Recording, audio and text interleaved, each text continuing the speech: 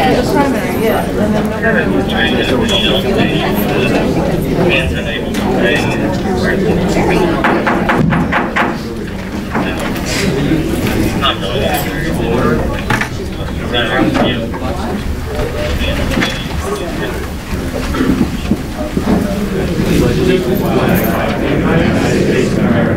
And to the republic for which it stands, one nation, under God, indivisible, with liberty and justice for all. At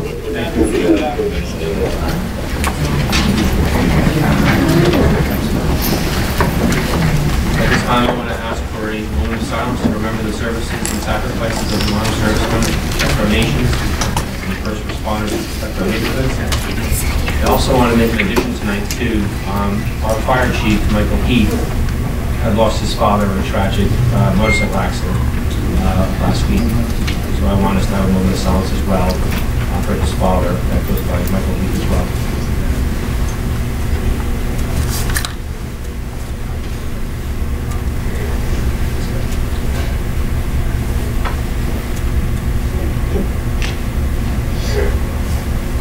People,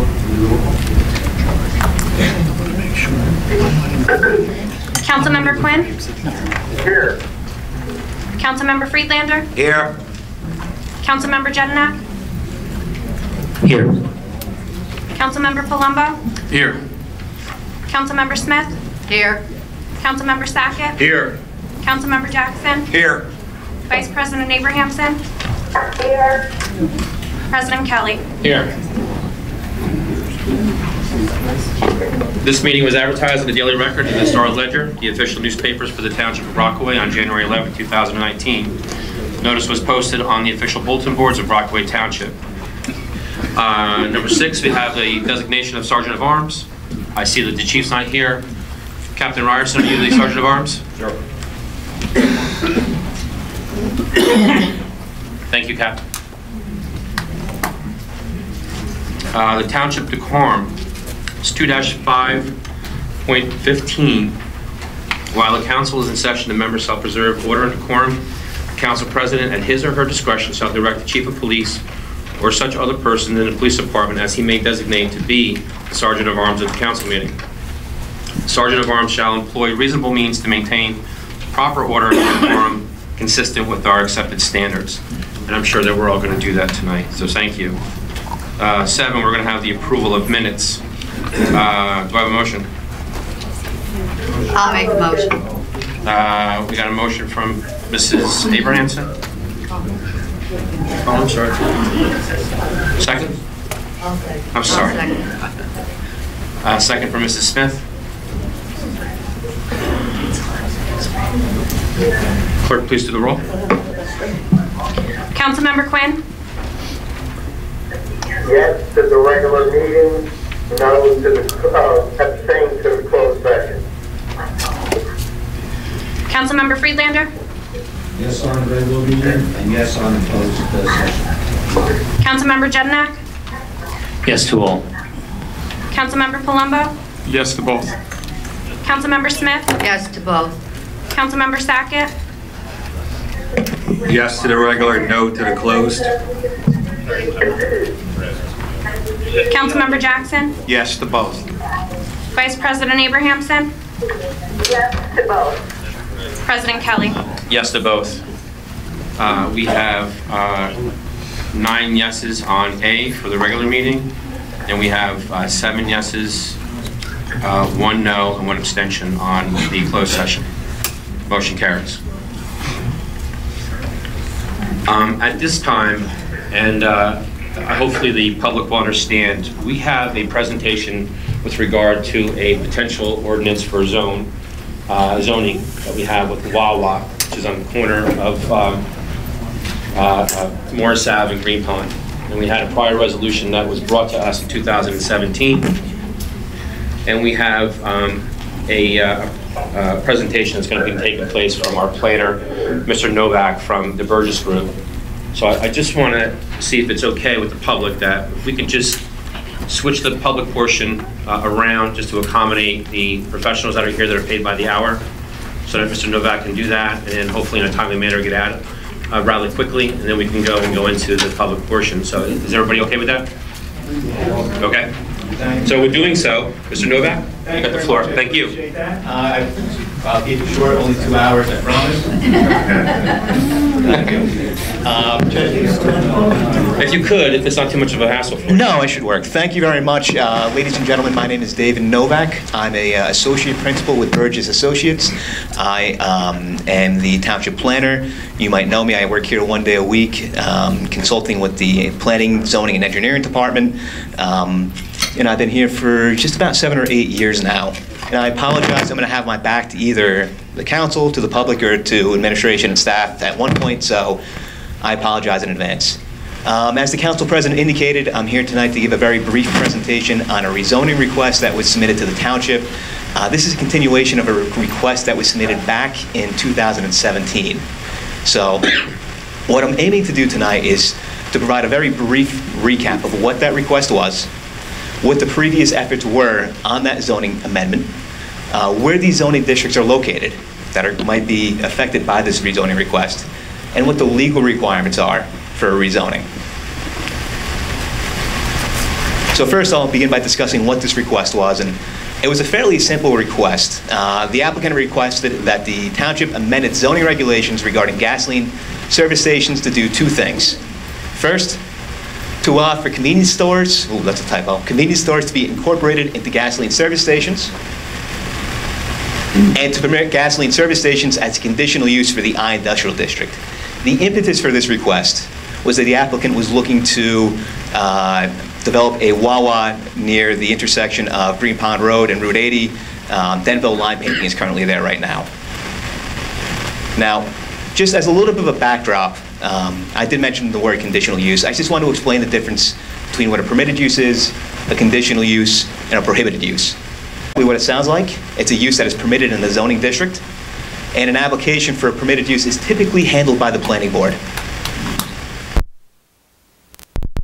It is a use that's permitted in the district provided that it meets all of the conditions that govern that use. So if a use meets all of those conditions, say if there's condition A, B, C, and D, an application is submitted, it meets all 4 of those conditions, that application is heard by the planning board. If 1 or more of those conditions are not met, that application is then heard by the Zoning Board of Adjustment for what we call a D3 conditional use variance. And then finally, we have a prohibited use, and that's a use that is not permitted in a zoning district, and those applications are typically handled by the Zoning Board of Adjustment for a D1 use variance. So if this sounds familiar, we had begun this process actually back in 2017. And this is a very brief timeline of what had happened. But on March 28th, the Township Council had discussed the request to amend regulations regarding gasoline and service stations based upon that request from Wawa.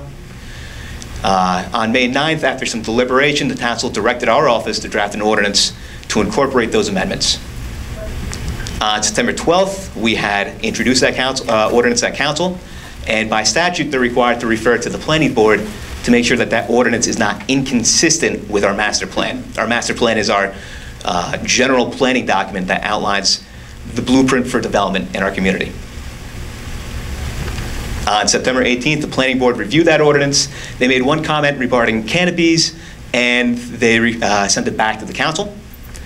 On October 10th, the ordinance was scheduled for adoption, but we had 2 objecting attorneys that showed up, noting that there was no notice provided for that ordinance, which is a bit of a no-no.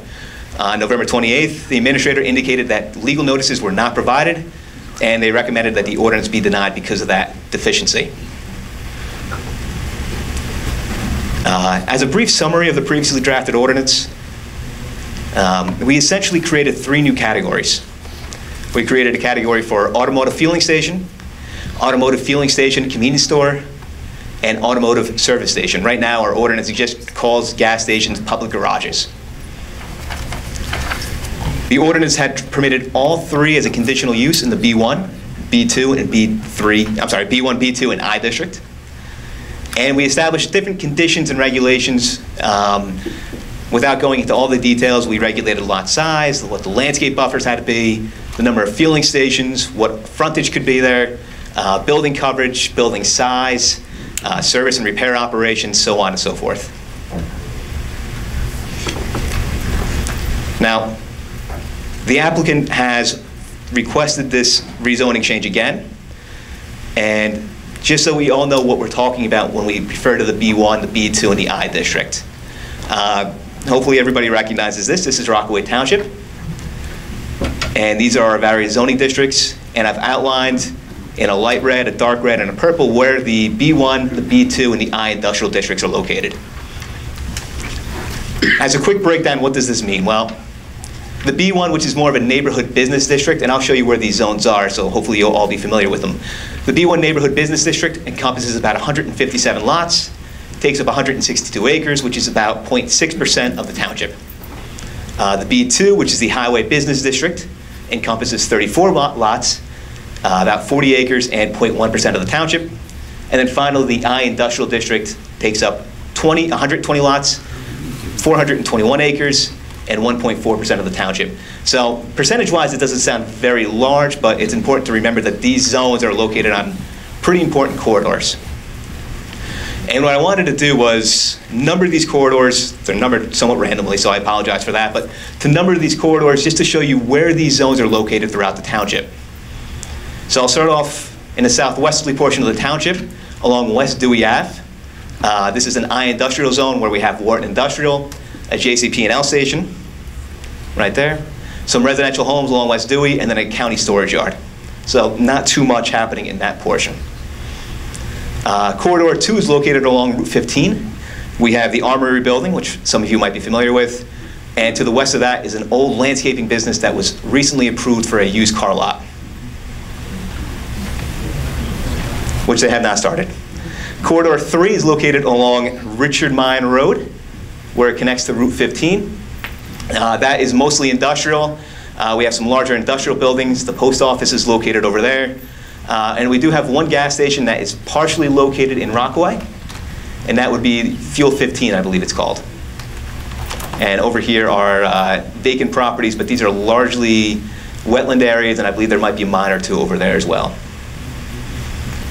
Corridor 4 is Mount Hope Ave and Mount Pleasant Ave. This is right across the street from the mall, and there's an Exxon station there. Some of the higher prices I hear. The Route 46 corridor.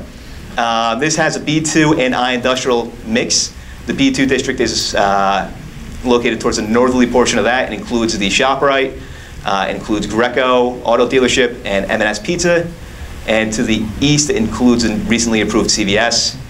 If you go down Lee Ave and Blackwell Street, you have some more industrial uses, including Lakeland Busing and Howmet. Corridor 6 is a B1 district located near Pawnee Ave and Norman Road in the White Meadow Lake community. Corridor 7 is located at the corner of Richard Mine Road and Mount Hope Ave. There's a restaurant here, Spain Recon. Corridor 8 is the Green Pond Road corridor. That's really the one that's in question here. That's located right at the off-ramp of Route 80. It goes up just about to where the record building is. We have two gas stations right now near the intersection of Green Pond and Route 80.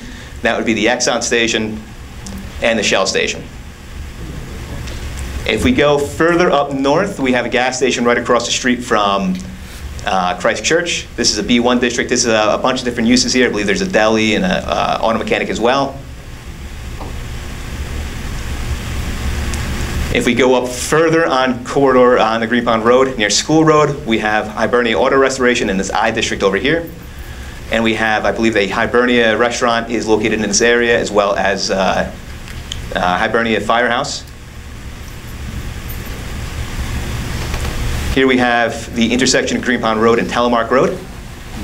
Here we have Norwayfield, and Telemark Pizza, I believe, is over here, and Telemark Auto Restoration is over there. Corridor 12 is even further up Green Pond Road near the intersection of Timberbrook Road. And then finally, we have a small B1 corridor at the very tip top of the township near the intersection of Green Pond Road and Jacobs Road. Now, very briefly, if the township does want to look at a rezoning, there's certain legal requirements that go behind that. This is the typical ordinance adoption process. Typically, what would happen first is that the council would direct the preparation of an ordinance. That ordinance would be introduced at a council hearing. After that, the ordinance would be referred to the planning board for a consistency determination, which is required by statute. Essentially, what that consistency determination entails is the planning board looking at whatever the ordinance is and making sure that it's not inconsistent with our master plan. If the planning board is okay with everything, they refer it back to the council, and then the ordinance is voted upon and public notice is provided. Now, the issue of public notice, that's relegated by NJSA 40:55D-62.1, which is a mouthful, but essentially what that says is that we must provide notice to all real property owners located either, one, in the case of a classification change, so for changing what's going on in a zone, within the district and within the state within 200 feet in all directions. So if you're a property owner within one of those 3 districts or within 200 feet of one of those districts, you get notice. It's very similar to if there's a, if your neighbor has a fence application that requires a variance and you're within 200 feet, oftentimes you'll get notice for that as well. Or if it's the case of a boundary change, you notice real property owners within the state within 200 feet of all directions of that change. So what I did very roughly, for a lack of a better word, is using our GIS system, estimated how many real property owners are located within the B1, the B2, in the I districts, and within 200 feet of those districts. And this would have to be confirmed by the township tax assessor through a certain process, but we estimated it would be about 1,010 parcels. And Dave, that includes other towns as well. That would be also within 200 feet of a parcel that is a B1, B2, an industrial zone as well. 100% correct. Yeah, because you're looking at over here in Wharton, over here near the borough, these areas, I believe that's Wharton as well, Dover, Green Pond, yeah. So there are a bunch of areas that would, outside of the township, that would also have to be notified. And then there's also a notice requirement for the Office of Planning Advocacy and any registered military facility commander.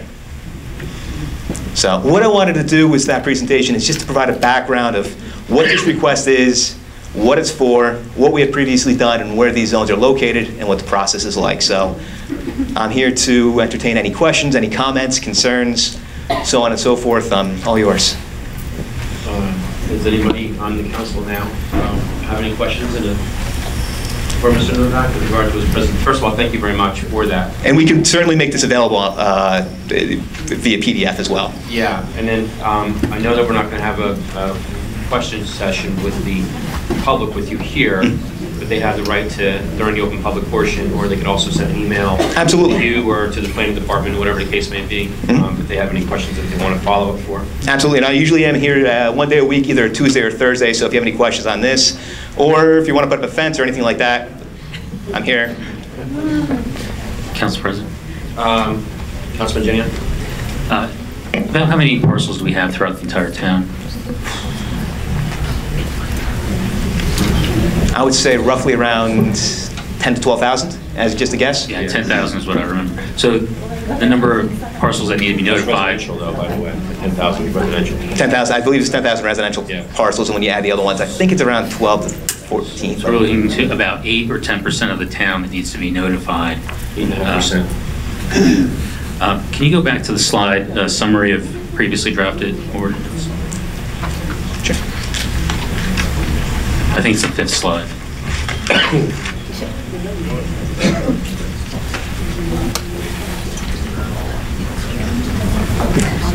Yeah, right.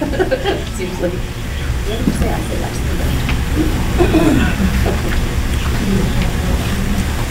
There we go. Actually, the next slide.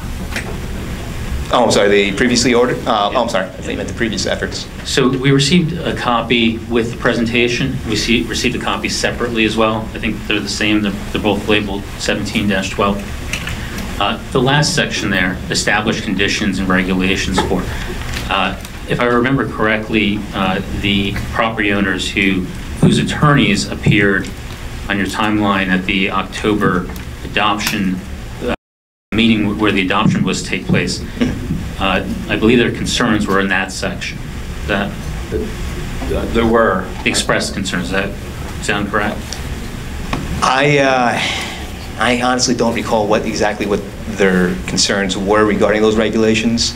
I don't remember what they were off the top of my head. I mean, I had it, so I actually raised some of those that are on there. Mm-hmm. On the portion of the ordinance that you have, it would be under section 3, 13. So it's going to be on page 3 of the ordinance 17-12.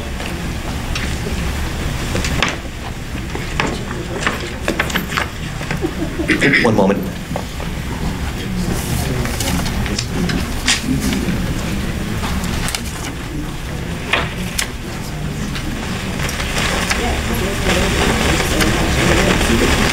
Sorry, I'm with you now. Page 3? Yeah, I mean, page 3 would be number 13. Prohibited activities and uses. It is. Now, since there's a lot, just in that corridor alone, I don't have the whole demographic of all the areas in Rockaway Township. But when you have A, B, C, D, and E, I don't think it's really much of an issue. But some of the establishments that are on there, we have that would potentially be affected would be Bob Henry's gas station. I believe that's 171 Green Pond Road. It used to be Norseman Automotive. It's the last fueling station on Green Pond before Meriden. And then going up, you have Telemark Auto. And then following that, you would have Marcella Garage. And then after that, you would have Viking Auto, potentially Rich Kimball. There's also R&D Automotive that is right on the flats there on Green Pond, not that far from the area that this is potentially being reviewed. If they already have, this, like B, for instance, the storage of cars, trucks, trailers, boats, and any other vehicles not being serviced, well, there are repair stations that would have this type of activity. And now with this ordinance that you're bringing forward, you're making it sort of prohibited. So, I mean, would that then have to file for a pre-existing nonconformity after the year, or within that year frame, the change of this ordinance that could potentially affect them? And that's a huge concern, only in that one section that's being drafted here. I can address that one first. Yeah. And you're right, they could apply for a certificate of nonconformity from the zoning officer. Quite frankly, when I had written the prohibited activities and uses section, I had really, the idea was for that to apply to automotive fueling station convenience stores. So that would be something that we would have to correct in this ordinance and make sure that those prohibited activities are really for if there's a Quick Check or a Wawa or some sort of gasoline service station convenience store. So that way, if it is just an automotive fueling station or a service station, they would still be able to have those uses on site. Yeah, because, you know, some of the individuals, they may get a notice, they may not even realize it. Exactly. Their time has expired, it may be time barred and something like that, and I just think it would be unjust for those to be somewhat subjected to that, you know, unknowingly. Mm-hmm. I agree 100%. Yeah, it's just that was one thing that I had that was going on there. But I don't know if anybody else, I just wanted to continue unless you had something else. Yeah, just from a continuity perspective, I just wanted to point out that I believe that most of the issues that were expressed that we were aware of publicly fell into that last section on that slide. Also from a continuity perspective, following this ordinance being voted on by the previous council and being voted against with the advice of then Business Administrator Mr. Brewer,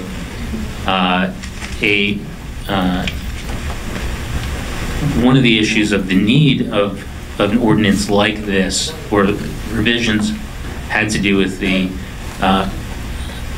very outdated, antiquated ordinances with regard to land use. Of course, in Rockaway, all the ordinances are outdated and antiquated, but specifically with regard to land use. So that projects like this, whether or not this project, the Wawa project, whether or not the Wawa project is a good project, is really irrelevant to this conversation. The problem is that the township can't even consider projects like this because the code, as it currently stands in its antiquated form, doesn't even allow that consideration. So because we can't even consider it, we are potentially losing ratables and projects to other towns, and the town is less competitive as a result. The conversation started anew last spring with the new council.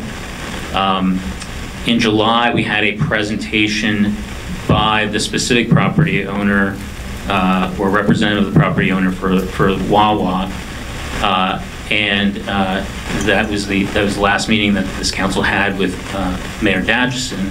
At the conclusion of that meeting, Mayor Datchison and I, as council president at the time, agreed that the council and the administration would form a joint committee of members of both to review this ordinance, review the issues with it, and see if there's a path forward that would not result in legal exposure to the town. That was brought up, I believe, the meeting before Mr. Puzio became mayor. I referenced it then and reached out publicly from this dais to Mr. Puzio to establish that committee with the council so we could pursue this.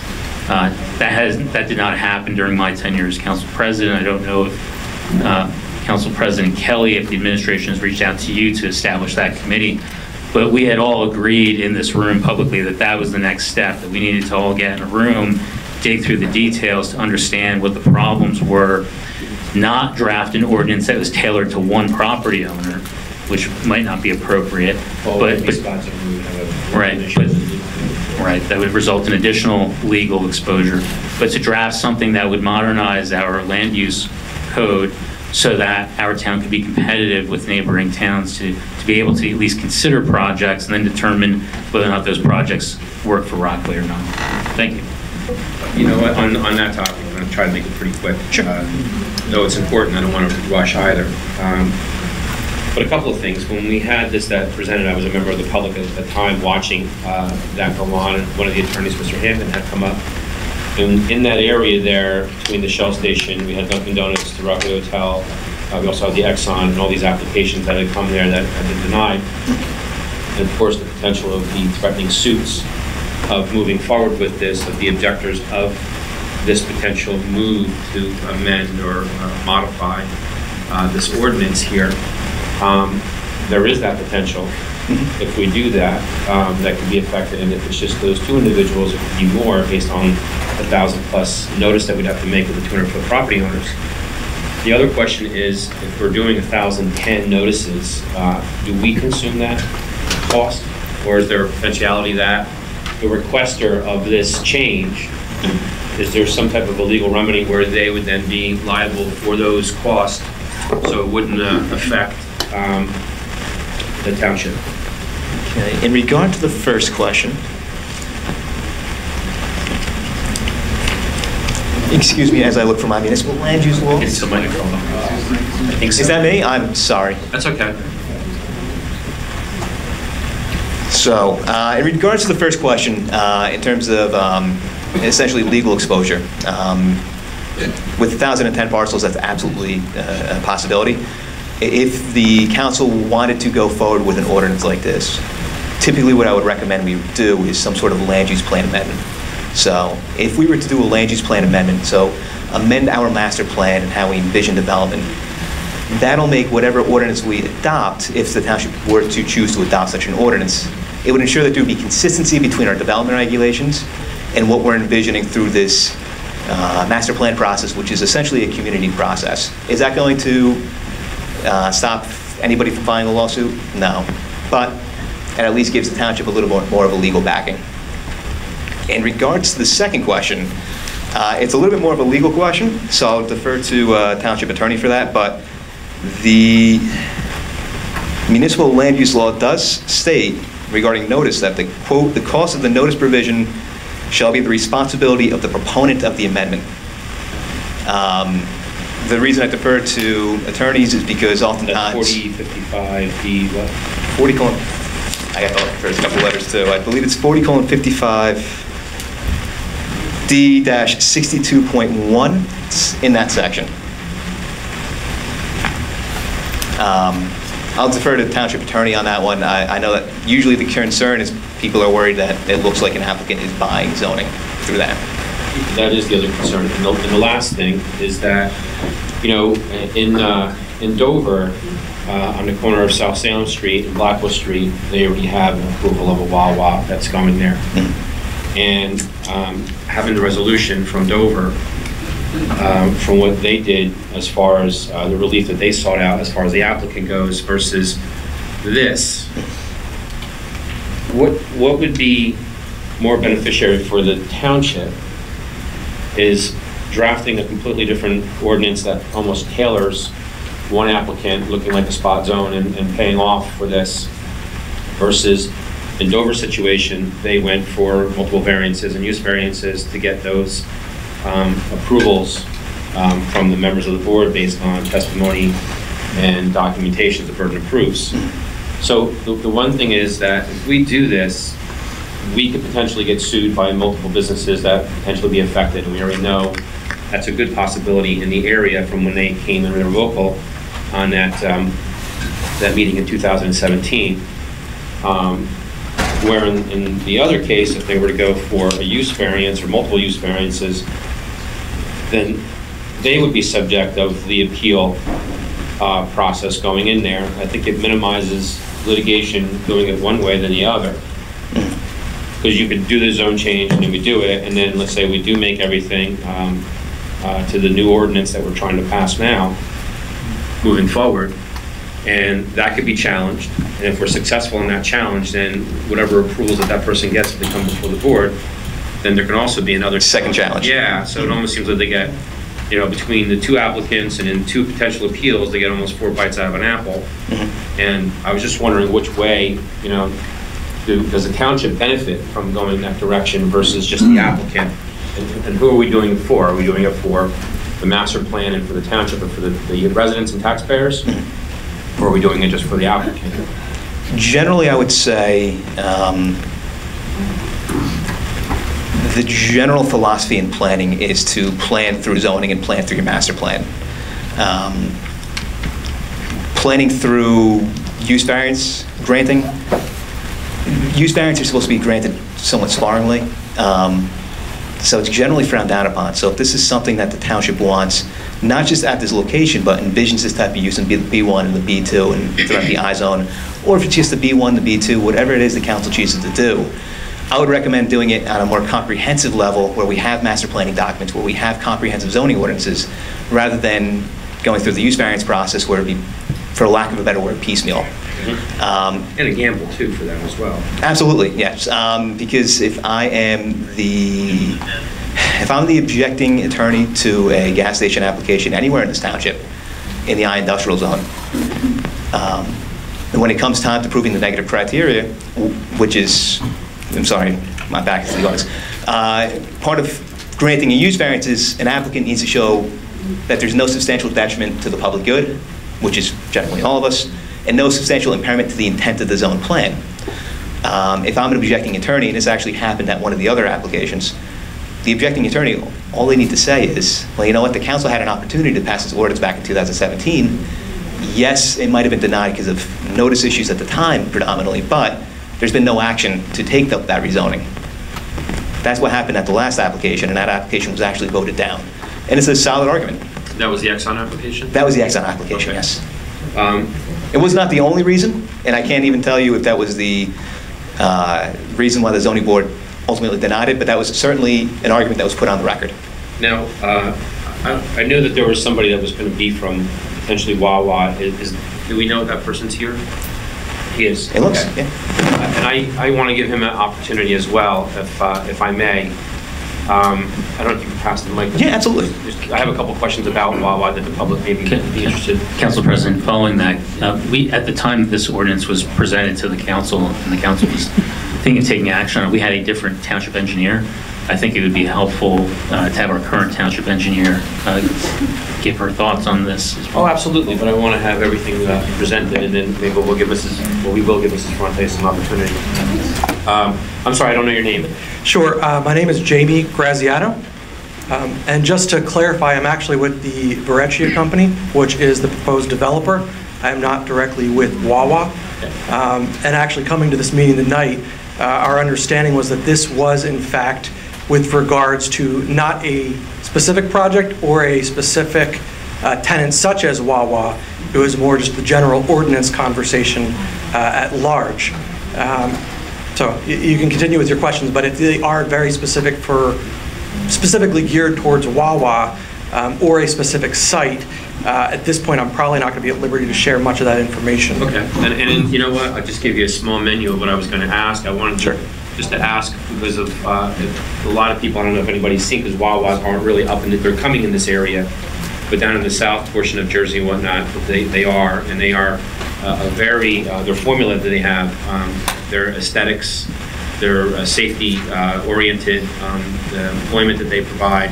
Those are kind of questions that I was going to ask to see if you had any insight of how many employees, their safety goals, what they anticipate to do, potentially the corridor of Green Pond and Route 80. I know DOT's been involved in assisting this particular project or potential project that's there.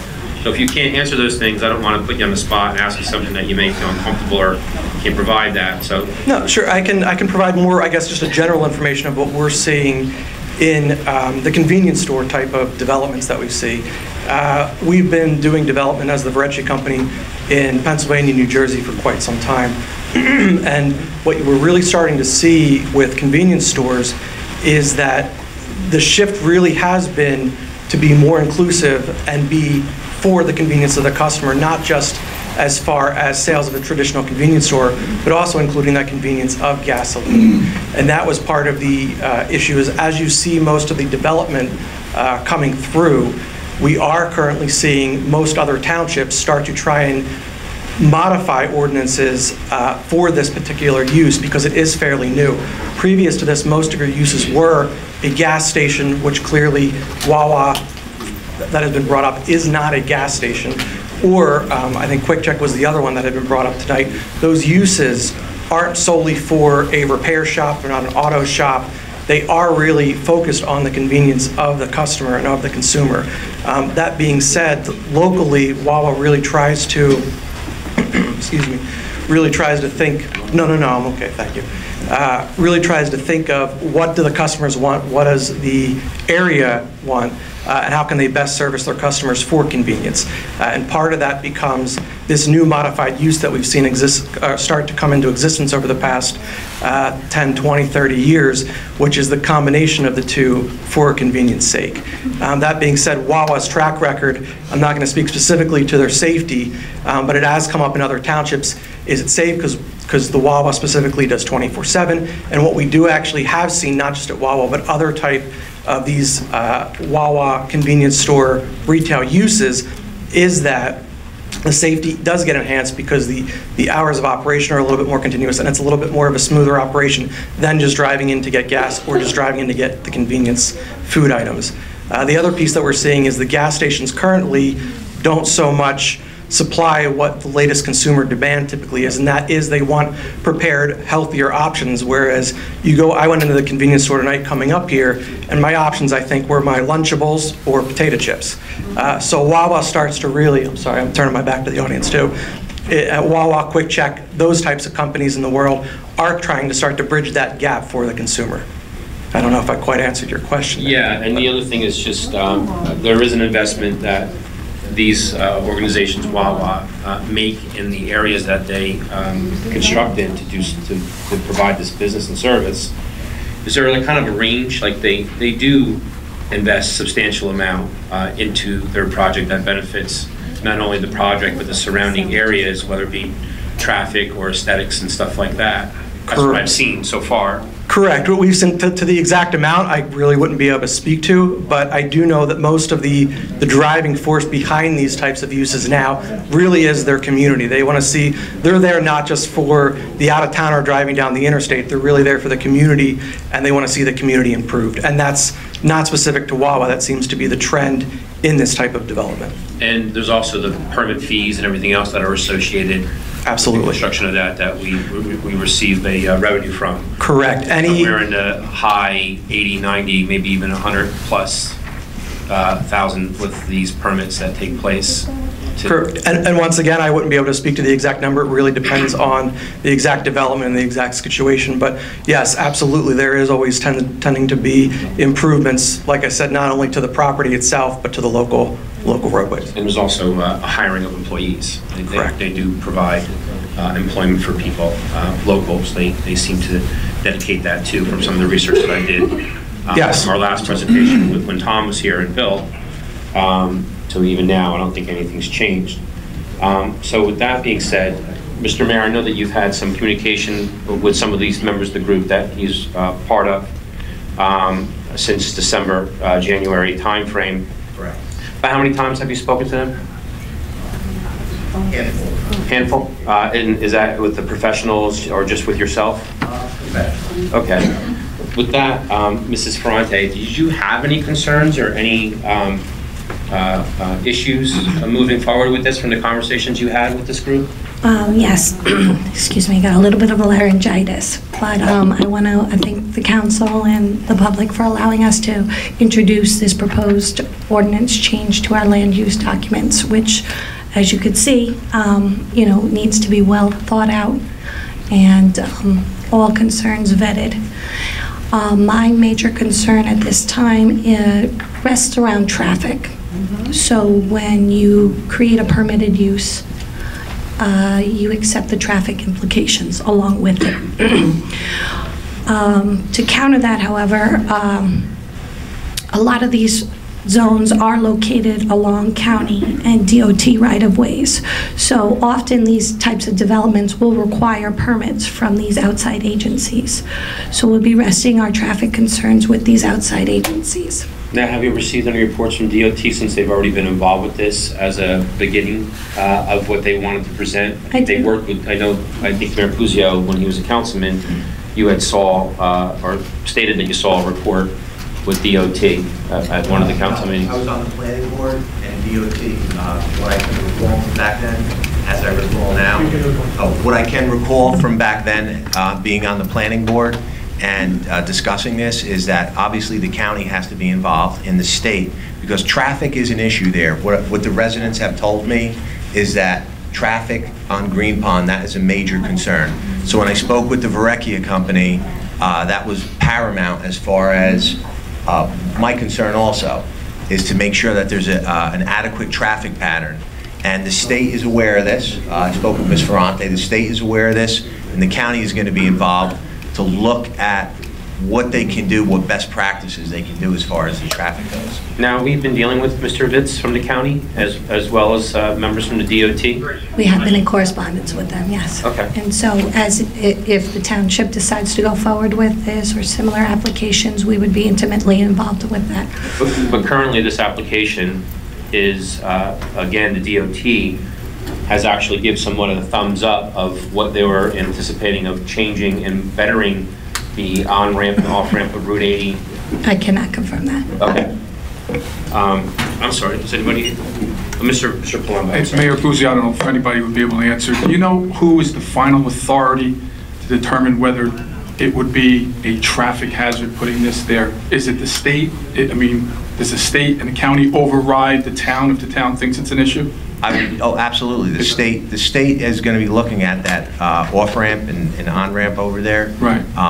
Obviously, like I said, the county has to be involved because it's on Green Pond. Right. So it's going to be a multi-jurisdictional project. There's going to be a few hands in the pot to get this done. Right. And as I said, traffic is, it was a concern of mine because I heard it was a concern of the public's. So we're definitely taking traffic in that area seriously. As far as what remediation or what things are going to be put in place to ease the traffic flow, if the ordinances are approved and the council moves forward with this, with the administration, that I can't tell you at this time. That would come through engineering as far as what's best, what plan would work best. No, but I guess I'm saying is if the town and the citizens think that this would not be a safe place no matter what is done, does the state give the final authority on the traffic piece? No, the town does. The town would. Town. That was my question. Control. If the state says that this is okay, and the county says this is okay, but the town says it's not, we would trump the decision of the county and state? We could shut down the whole project. Oh, I'm just asking on the issue of the ordinances. On the issue of traffic safety. I don't think it's just that simple of an answer. Novak might want to jump in. Yeah, just to hop on what Ms. Ferrante had said.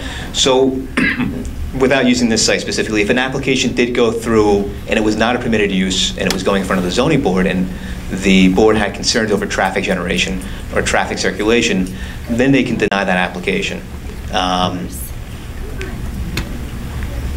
If an application for a permitted use went in front of the planning board, the board can't deny that application based on traffic generation. They could deny it based on internal traffic circulation if there's site plan issues, but in terms of how much traffic is being generated from it going in and out of the road, planning board would not be able to deny that. Is that what you're asking? I'm sorry, was it Mr. Palumbo? Yes. Okay.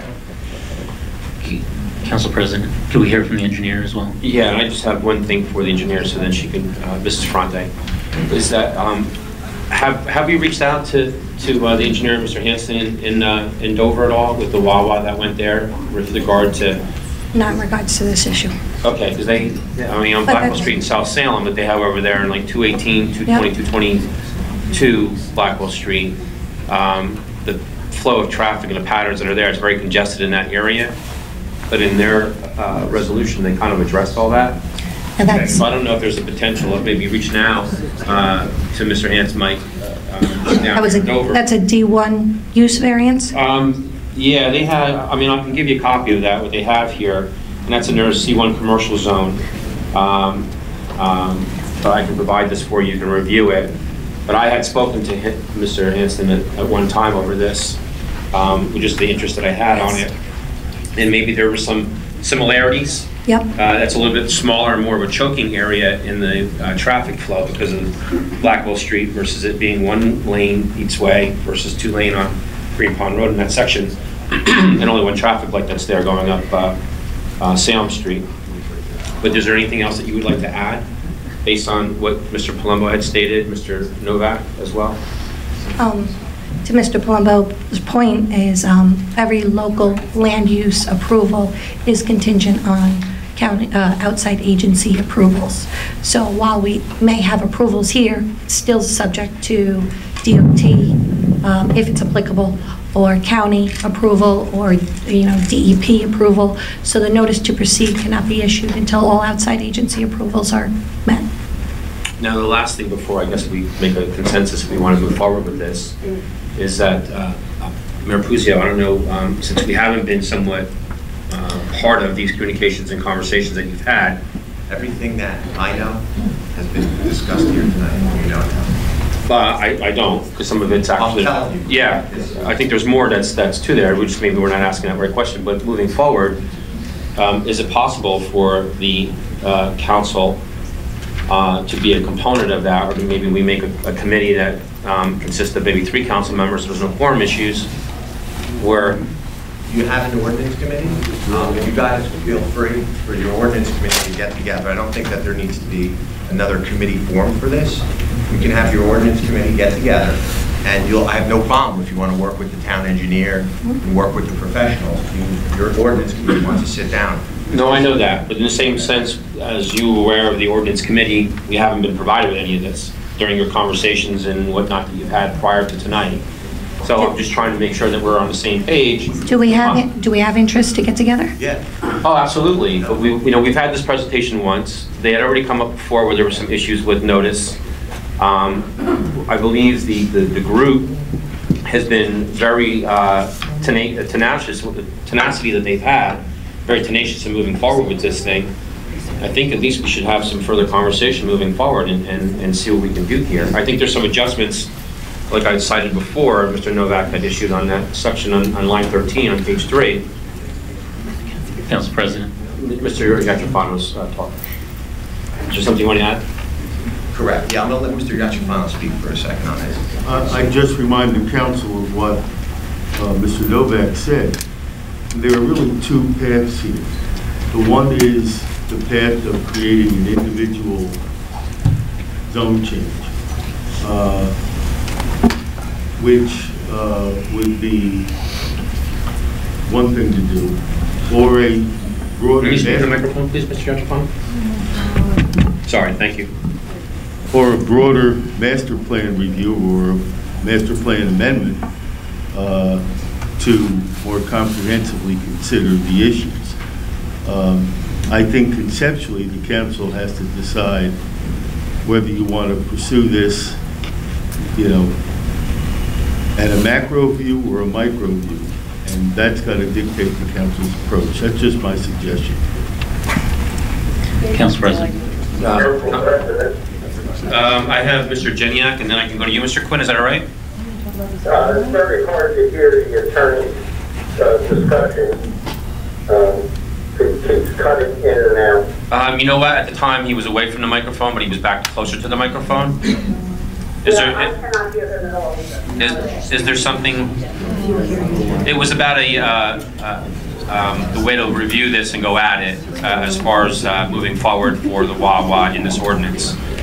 Was there a specific question that you think you may have had that you want to ask, or you just want them to speak louder?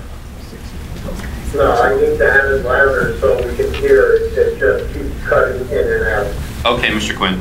Council President, do we want to have the attorney just restate what he just stated for their benefit? Mr. Yachafano, if you could.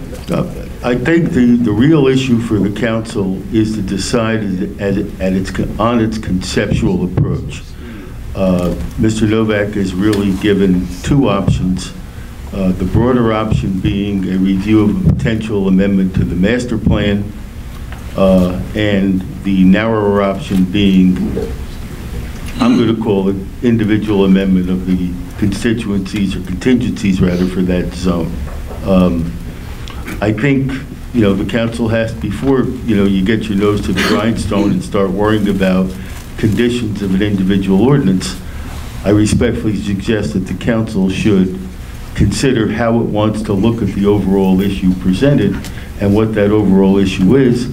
I also think it might be helpful to hear in a subsequent meeting from both our planning and zoning board attorneys whose ballparks respectively these issues really fall into.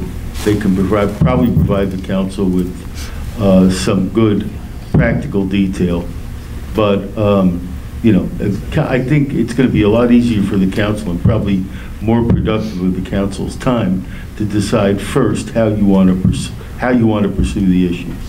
Well, I think in this case, and I've seen this, Mr. Novak, that the attorneys on these boards actually lean to you for information. I've witnessed that, and it's a compliment. Thank you very much. So I think what Mr. Novak has presented to us and moving forward, maybe we need to have a meeting of the minds with the ordinance committee, perhaps Mrs. Ferrante, as well as Mr. Novak, and then we can maybe move forward to show the interest that we have. I think this council, I don't know if there's anybody that objects to kind of move forward to go into this. Mr. Freelander, is there anything? Yeah, I think it's definitely happy with what they said, with just concentrating on one specific concentrating on that one specific lot. I think we should look at the master plan because it's going to happen again. I think the litigation could be a potential issue if we spot zone or if we tailor it to that. Exactly. That's the concern that I think, as Mr. Saki, I think you probably share the same concern with that. Not all he wants a lot to redo.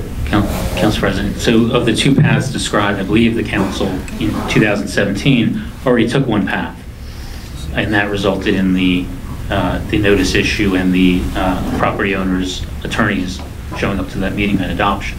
I think that second path is the path that Mayor Dashton and I agreed is the path that we need to take, which is the larger view of the antiquated ordinances, because we're having two conversations in parallel. We're having a conversation about one particular property, potential project, and we have the larger issue of what can be done with our current land use code in Rockaway and making sure that it's competitive. And I think that gets to the point that Mr. Novak was making earlier and that our engineer was also making as well. So why don't we move towards that direction? Maybe we can have Mrs. Ferrante and Mr. Novak to see what sometime in the very soon future when we could have a meeting with the ordinance committee and presence, maybe even the group can come as well. And then we can have a discussion moving forward to see what we have. Just as the ordinance, as I stated, and only those businesses that I relayed in my statement, I just don't want to see innocent businesses that have a pre-existing nonconformity or are currently there I don't want to see anything detrimental happen to them either. Absolutely. The goal of this ordinance is not to make it harder on other business owners. Correct. And even a potential flaw of them not filing something in a timely manner that they weren't even aware of either. So. And then it becomes a mess down the road. But is that okay, Mr. Mayor? If we're not going with the ordinance, we're going with the master plan, then we wouldn't need an ordinance committee, then it would just be a discussion with the planner as far as what we're going to do with our master plan. Then we wouldn't be looking at an ordinance, correct? I believe ordinance changes are likely to be required as well. An ordinance change is ultimately going to have to be required. What could be done is that and the ordinance that we did prepare did affect the entirety of the B1, the B2, and the I. Obviously, though, based on discussions tonight, it does need some cleaning up. I definitely agree with that. The two could be done simultaneously. It could be a land use plan amendment that's done in conjunction with an ordinance change. And that land use plan amendment could include that draft ordinance. If you remember the housing element and fair share plan, we included draft ordinances in the back of that. Actually, no, I'm sorry, I'm thinking of the wrong town. We did not adopt the housing element and fair share plan. But it's still an example. An example, yes, I'm sorry. That's tomorrow night. My apologies. Can I make a suggestion, Council President? Sure. Perhaps the output of that meeting, of that group, would be some sort of implementation plan which would just list what are the parameters of what the changes that would be required and what things would need to be changed, such as ordinances and the master plan, without actually drafting those documents. That way we have some document that we can consume, and if we are on the same page collectively with that, then we can simply direct that those ordinances be drafted to match that, and then we can compare that later and see if it... Would that be more of an expedited approach to do it that way? Not that we're here to rush it. No. It's been going on for quite some time, and I don't see any momentum. Can you just repeat that one more time? I'm sorry. Checklist, basically. Essentially to put together a document that captures what would need to be implemented, so the parameters of the implementation and what the mechanisms would be. So for instance, if the goal is to enable certain types of uses, list what those types of uses are. If the goal is to restrict certain types of uses, list what those restrictions are, without us having to read through the wording of an ordinance to figure that out. Just a clean document that says, here's what we're trying to do, here's what we're trying to prevent. Things like you have lot size restrictions, I think I see it to the left side there, frontage, setbacks. If those things are proposed to be changed, and simply say, we're looking to change those things in just an English language document that we can understand, the public can understand, and if we then agree that that is the goal, then we can simply direct that ordinances and master planning documents be changed to be prepared to reflect essentially that design document.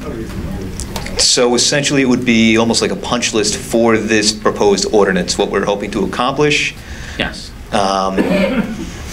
What are the goals that we agree collectively we're trying to seek out through legislative changes, whatever those might be? We're just trying to bring everything up to modern times. Yeah. The use that just wasn't something that was popular 20 years ago. However, it's seen to grow. Plus, it's going to cost us an arm and a leg to draft and redraft ordinances, and us to try to read through and understand. Let's just have like English language documents that the public can understand, we can understand. But we have examples too from other places in South Jersey that we can kind of. Yes. Yeah, I prepared a memo, I think, back in 2017 with some examples. We have some of those things as well. Which is not necessarily a fun read, grant you, but yeah, we could do something like that. Essentially, that kind of almost sounds like a land use plan amendment, though. If we're talking about amending the land use plan regarding gasoline service stations, those are some of the issues that we'd be addressing in that document. Yeah, as long as it's in English language and, yes, and it's worded so that even I can understand, then then I'd be happy to review something like that. And I think then we can simply direct ordinances to be drafted that implement that. Okay, so we can get Mr. Novak, so I know he's got to go, and the public is patiently waiting for their portion too. Thank you very much for that, everybody. And all the other professionals. So we're on the same page, Mr. Mayor, is that we can have a meeting with our engineer and our planner. Absolutely. And we'll kind of coordinate that with their schedules with the professionals. I would rather modify my schedule around theirs, so whatever they can do, I'll try to work around that to accommodate what times are convenient for you during your work time and whatnot.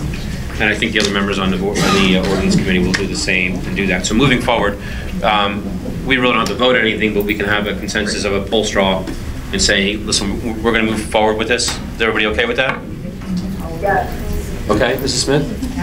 Yes. Great. I can't thank you guys enough. I'll wait for an email from Mrs. Fronte or from yourself, Mr. Novak, and then we can assemble everything and see how our schedules work. So I appreciate it. Thank you very much for coming here. The public, thank you for being patient for that. Thank you. And we'll talk to you soon. Thank you very much. Bobby, did you get the list? Oh, you're welcome. Thank you.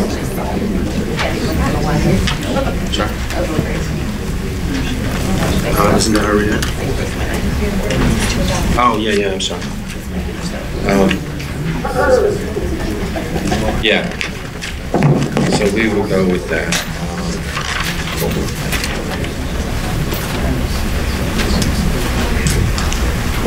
Thank you for reminding me of that, too.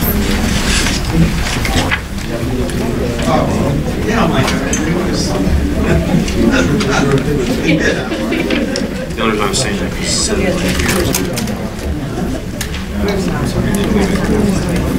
okay. Just go through, we have 3 ordinances we get to 5, I'm sorry, before we get to the open to the public portion. So each one of them have an open to the public portion if you wish to have any questions on that. We're going to go on number 8 on the agenda. It's ordinances to adopt. It's 8, it's A, it's ordinance O-19-02, amending the personnel chapter, specifically section 26-6 entitled Personnel Policy and Procedure Manual by repealing subsection 26-6.2 and amending the language of the subsection 26-6.3 to delete references to the employee handbook. And this, Mrs. Seeger, is something that we're dealing with JIF that had required us to make those changes? They required us to update the handbook last year. Yep. But in our handbook, we referenced, in our policy and procedure manual, we referenced the employee handbook, which we really don't use because everything in the employee handbook is in the policy and procedures manual. And JIF gave us permission to only have one. Okay. Do I have a motion? I think you want to.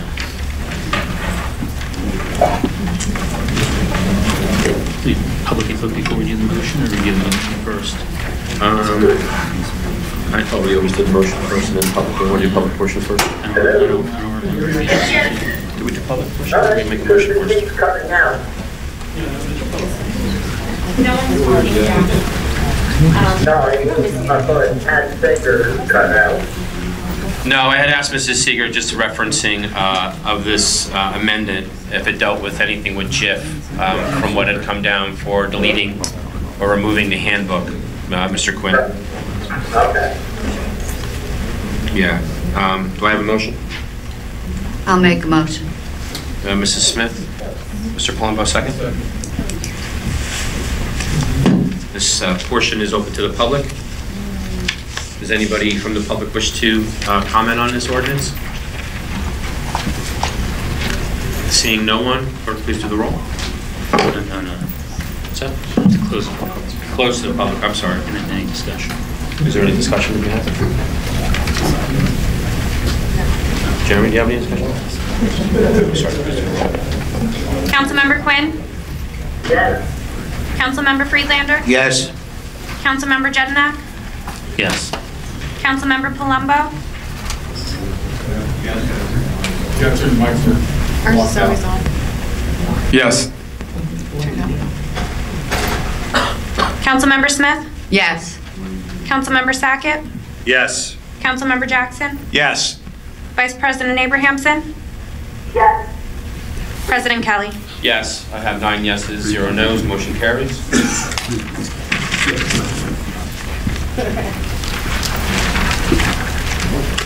I have 8B, that would be ordinance 19-3, ordinance fixing the salaries of various officials and contractual employees of the Township of Rockaway in the County of Morris. Do I have a motion? I'll make a motion. Second. Mrs. Seeger, do you want to just comment on this ordinance if you could? This ordinance goes along with the contracts that you approved. That's for Council 6, right? Yes. And in doing so, this allows the mayor to sign those contracts? No, you already passed that for him to sign it. But this coincides with that particular contract? Yes, this allows them to give us the raise once they sign the contract. Council President, am I correct in understanding that this changes the salary ordinance to match the salaries in the contract that was previously passed by the council? Correct. Thank you. At this time, it's open to the public. If anybody from the public wishes to comment about this ordinance? Seeing no one, it's closed to the public. Any discussion? 19-03, yes. Seeing no discussion, clerk, please do the roll. Councilmember Quinn? Yes. Councilmember Friedlander? Yes. Councilmember Jedynak? Yes. Councilmember Palumbo? Yes. Councilmember Smith? Yes. Councilmember Sackett? Yes. Councilmember Jackson? Yes. Vice President Abrahamson? Yes. President Kelly? Yes, that's 9 yeses, motion carries. Ordinance 019-04, I'm going to defer that to the next council meeting.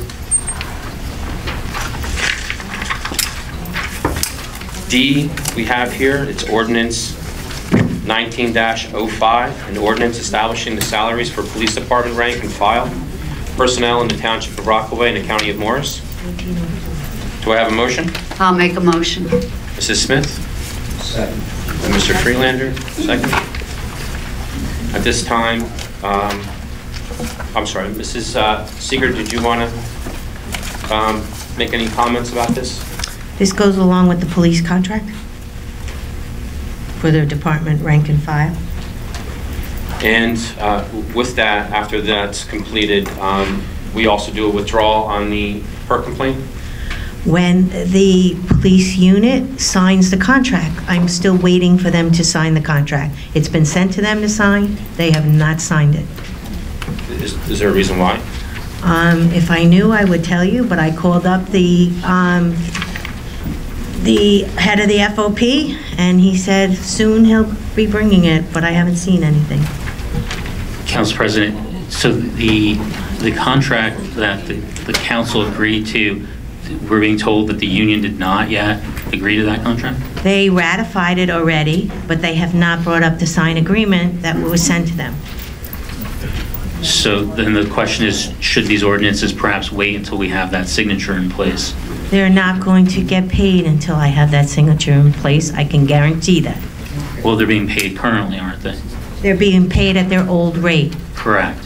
So, again, should the rates change until we have a fully executed contract with the union? It will not change until they're signed. This has nothing to really do. Well, in all Because you already fairness, have approved their signing of the contract. right, but in all fairness, there's no representative here from the FOP to state whatever reasoning it is. I mean, you're telling us what you believe or what you think, but we don't have any documentation to support that. The only documentation I have is we sent the contract to them. We're waiting for it to come back signed. It's not sometimes unusual, but we always pass the ordinances because until the contract's signed, they can't get these ordinances. It takes 20 days anyway to be in effect, the ordinance. Right, but we don't know the reason for the delay. I'm going to give the public this section and we'll come back to that. We didn't do that, right? No, I'm sorry. No, it's okay. I just wanted to give the public an opportunity. Anybody from the They already signed the MOA. Correct. At this time, it's open to the public. Anybody wishes to speak? Mr. Waters, come on up. I can do it from here. Just a general question. I think you can all hear me. Why do we fix some salaries when we establish others? Just out of curiosity. Mrs. Seeger? What was the question? Mr. Waters? Why do we fix some salaries if we establish other salaries? Is there a difference in what we're doing here, or is it just we just copy language from the ordinance? In 03 and 04, we fixed salaries. In 05 and 06, we proposed to establish. It's just wording. Well, so there's some that are Welcome. contracted, some are not contracted. Well. No, because 03 is contracted. It says the same thing. just choice of words from old ordinances. That's okay, Mr. Waters. Is there anybody else from the public that wishes to speak? Mr. Lardon? Michael Lardon, 19 Side Drive. I wouldn't understand why you would not pass it, because they're not going to get paid if you get the contract tax. It's like the chicken or the egg. No, I agree. We were not aware that there wasn't a signing of that contract. We just found out now. I mean, there was nothing that was conveyed to this, not to me anyways. I don't know if anybody else had received any information with that. No, Council President, in fact, I believe this is the first I've certainly heard that there was any delay at all with any of the contracts. Yeah. So I'm surprised. I was under understanding that everything was going. I'm very surprised to hear that, but we should have a fully executed contract before we start adjusting salaries. Is that a good answer? It sounds like they're not going to be adjusted. That's correct. Where I work, the union passed it in August, we still get paid, which is one local in the country that hasn't ratified it. So we're still paying. Well, Mr. Seeger had said that it is ratified, it just hasn't been signed yet. Maybe we can follow up after this. It could be sitting with their attorney. I did follow up, and the FOP president said it would be coming. No date, no. No. Is there anybody else from the public?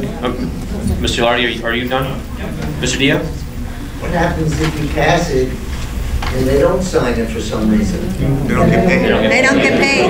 They have to sign it? They have to sign. What happens in a union agreement is the membership, the entire membership, is presented with an agreement. The membership has to ratify it. It means if there's 50 members, they have to vote yes or no. If it gets ratified, that means the majority voted that it passed. The agreement gets presented to us.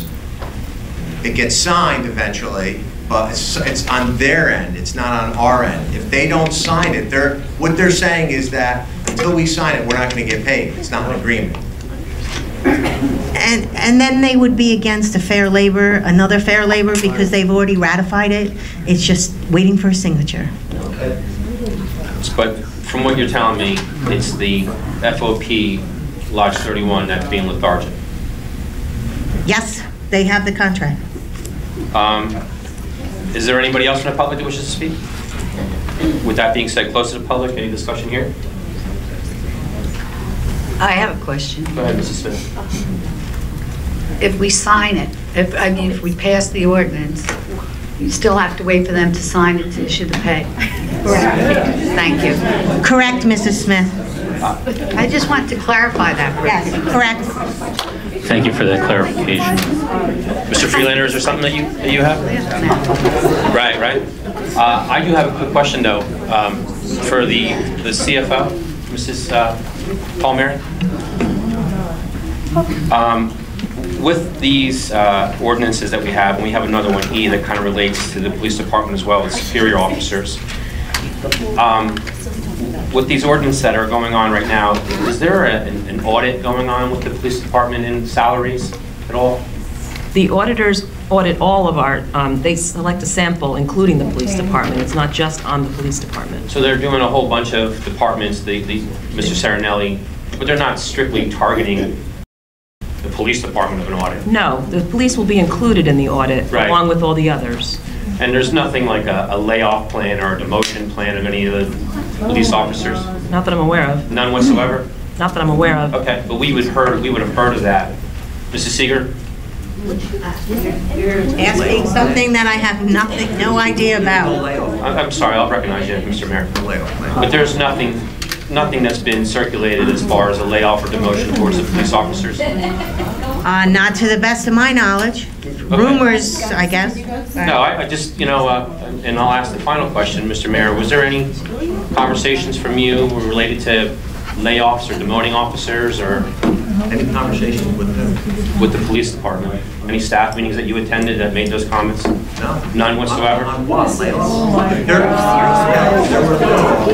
They would be receiving notices from civil service. Okay. There would be a process. I'm just addressing the concern. There's a layoff due to economies and efficiencies. Right. Civil service, it has to go through the civil service process. Right. There's been no paperwork, nothing put in from this administration. Okay. I just made promotion, so I don't plan on letting. No, I anybody understand off. that. I just wanted to make sure if there was a rumor that was going around of that being circulated. Okay, that's all. With that being said, clerk, call the roll. Councilmember Quinn? Councilmember Quinn? On D, I will abstain. That's a great idea. Councilmember Friedlander? Yes. Councilmember Jedynak? Yes. Councilmember Palumbo? Yes. Councilmember Smith? Yes. Councilmember Sackett? Yes. Councilmember Jackson? Yes. Vice President Abrahamson? I will abstain. President Kelly? Yes, I got 7 yeses, 2 abstention, motion carries. Then we got section E, which is ordinance O-19-06, an ordinance establishing the salaries for police department, superior officers, personnel in the Township of Rockaway in the County of Morris. Do I have a motion? I'll make a motion. Mrs. Smith. Yes. By Mr. Jackson? At this time, Mrs. Seeger, can you just give a small little brief about this? It's the police contract for the superior officers. And it's basically the same as the previous ordinances? Yes, sir. Okay. With that being said, I'm going to open it to the public. Anybody from the public wishes to speak about this ordinance? Seeing no one, close it to the public. Any discussion on here? Nothing. Clerk, please do the roll. Councilmember Quinn? On E, I will abstain. Councilmember Friedlander? Yes. Councilmember Jedynak? Yes. Councilmember Palumbo? Yes. Councilmember Smith? Yes. Councilmember Sackett? Yes. Councilmember Jackson? Yes. Vice President Abrahamson? Abstain. President Kelly? Yes, that's 7 yeses, 2 abstentions. Motion carries and passed. I didn't hear what you did with ordinance O-19-04. I deferred that to a future council meeting.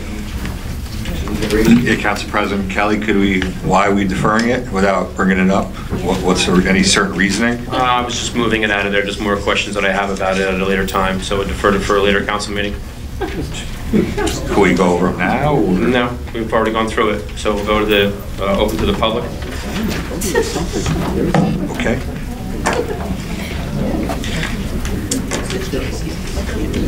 Ready?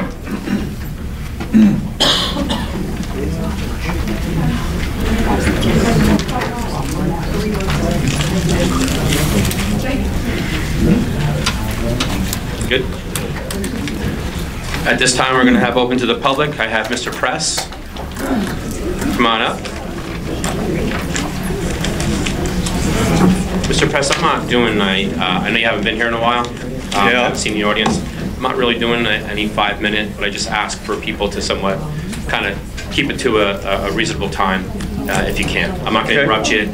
All right. At the floor. All right, then let me get started. Okay. All right, Dave Press, 71 Oakland Avenue. First, I just wanted to say, since I'm back, while I was in the hospital and as I began my recuperation at home, I was trying to not pay attention to what was going on in town in general and at these meetings specifically. But I was only able to maintain that for so long. I need to begin by asking the following question. Where do I sign up for one of those $70,000 jobs? Since it is apparent that much about these meetings has not changed, it seems that you need to be reminded of the following. For those of you who think you're better than others, you're not. For those of you who think you're smarter than others, you're not. For those of you who think you're attorneys, you're not. The utter lack of respect shown for our mayor is inexcusable. When you refer to Mayor Michael Puzio at a meeting, on Facebook, or anywhere else, he should not be referred to as Puzio. Our mayor should be referred to as Mayor Puzio. Take note of that, former Council President Jedynak. Speaking of the position of Mayor of Rockaway Township, it's Rockaway Township's worst-kept secret that the current council president wants to be the next mayor of our town. It's evident from recent meetings that the current council president cannot control the former council president, and that the current council president can't run a meeting What makes the current council president think he can run a town?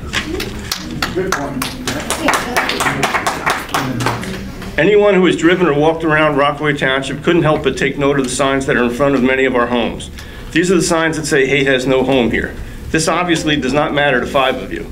You need to take this to heart. Excuse me. You need to take this to heart and stop destroying our town. If not, you need to vacate your positions and even better, move somewhere else. Since none of us is holding our breath for this to happen, one thing is clear. One way or another, sooner or later, but not soon enough, changes will come at the polls. Thank you. Thank you. If I may, I think you do a very good job of managing the meeting. Thank you. Thank you. I know all of you feel the same. Next we have Mr. Tahan. Come on up, Mr. Tahan. Thank you. Go ahead. Ray Tahan, 957 Green Pond Road. A special committee was appointed by Council President at the April 10, 2018 council meeting, consisting of Township council members Abrahamson, Palumbo, and Smith, with Jedynak as alternate, to review resumes and conduct interviews of potential candidates for the office of municipal clerk. First of all, I'd like to know why we were looking for a municipal clerk when we had a very capable acting municipal clerk, Marcy Jedynak, who had over 9 years' experience as a deputy municipal clerk.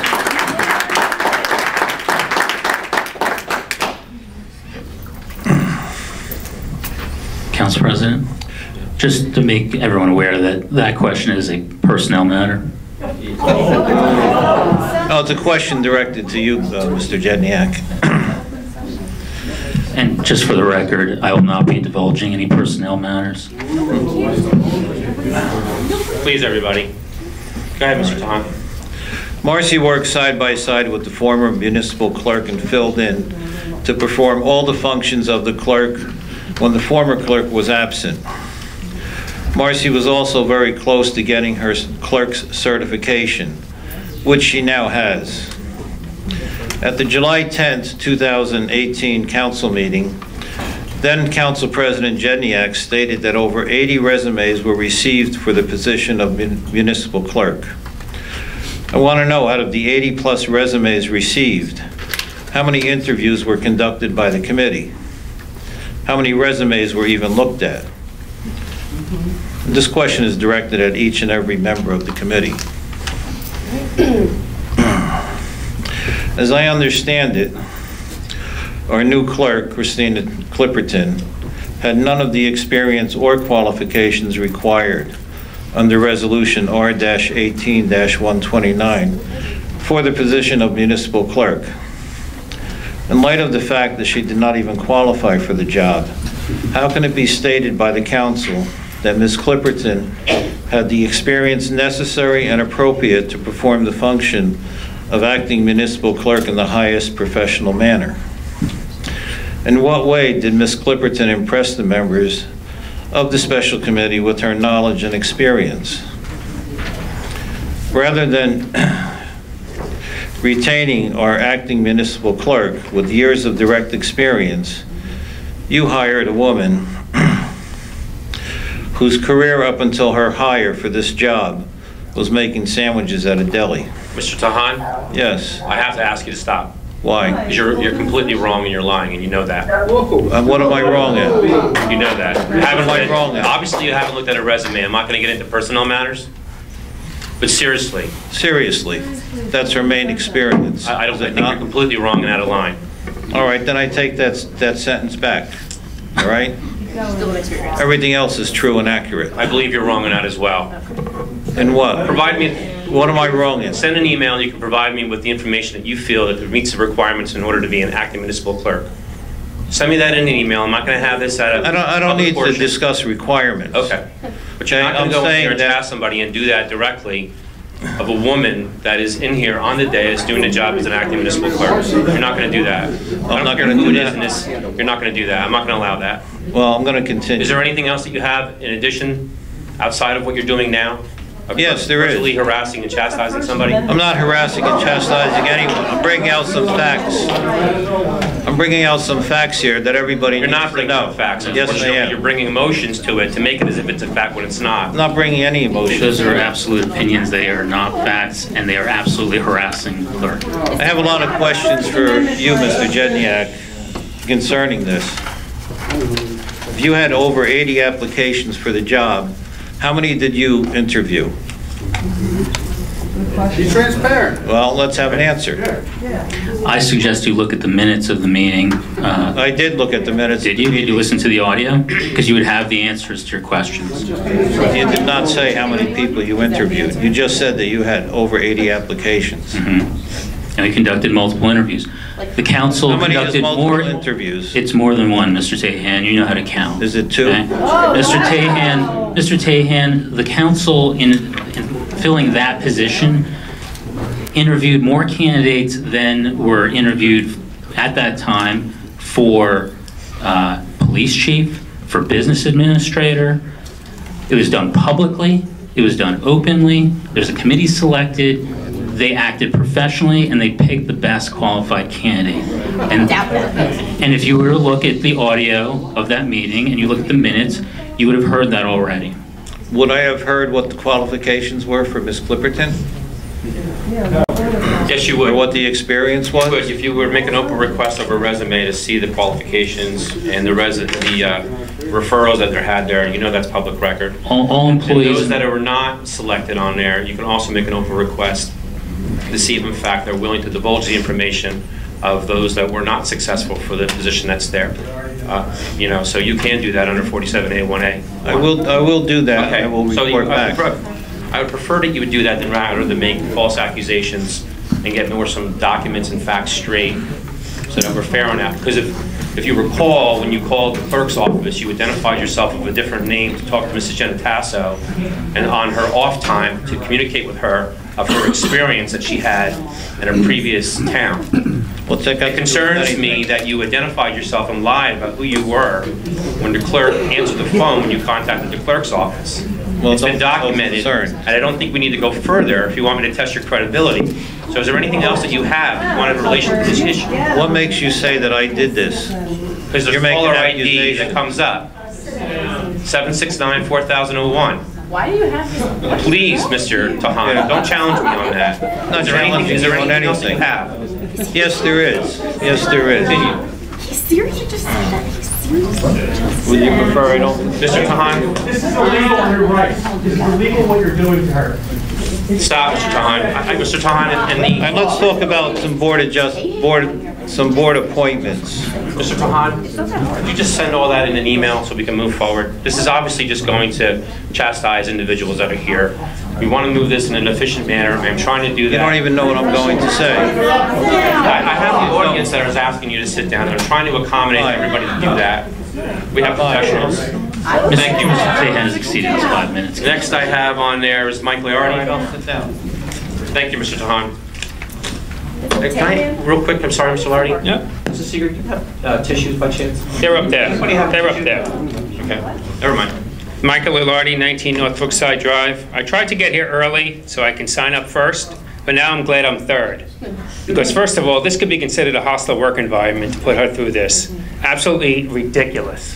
You ought to be embarrassed.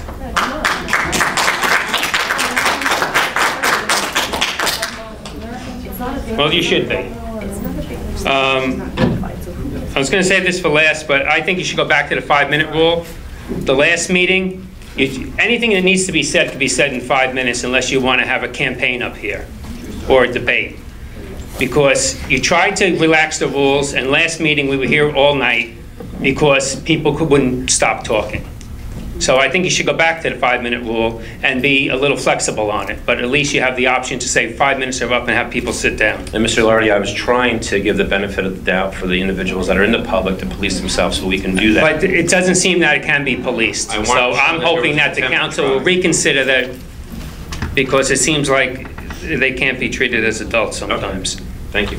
I'd like to thank Ms. Siegert for getting to JCP&L to address the overhead light by the crosswalk by the White Meadow Lake Country Club. Within 36 hours, I had a response that JCP&L was going to change the light. And I'll get back to you if that doesn't happen. I brought up maybe a year ago, 14 Cayuga in White Meadow Lake. The house was in foreclosure, I think, or bank owned. The lawn wasn't being maintained, and someone from here contacted them, and they mowed the lawn. Then about maybe 3 or 4 months ago, there was workers there gutting the place like it was going to be flipped. That's what the guys that were working there said was going on.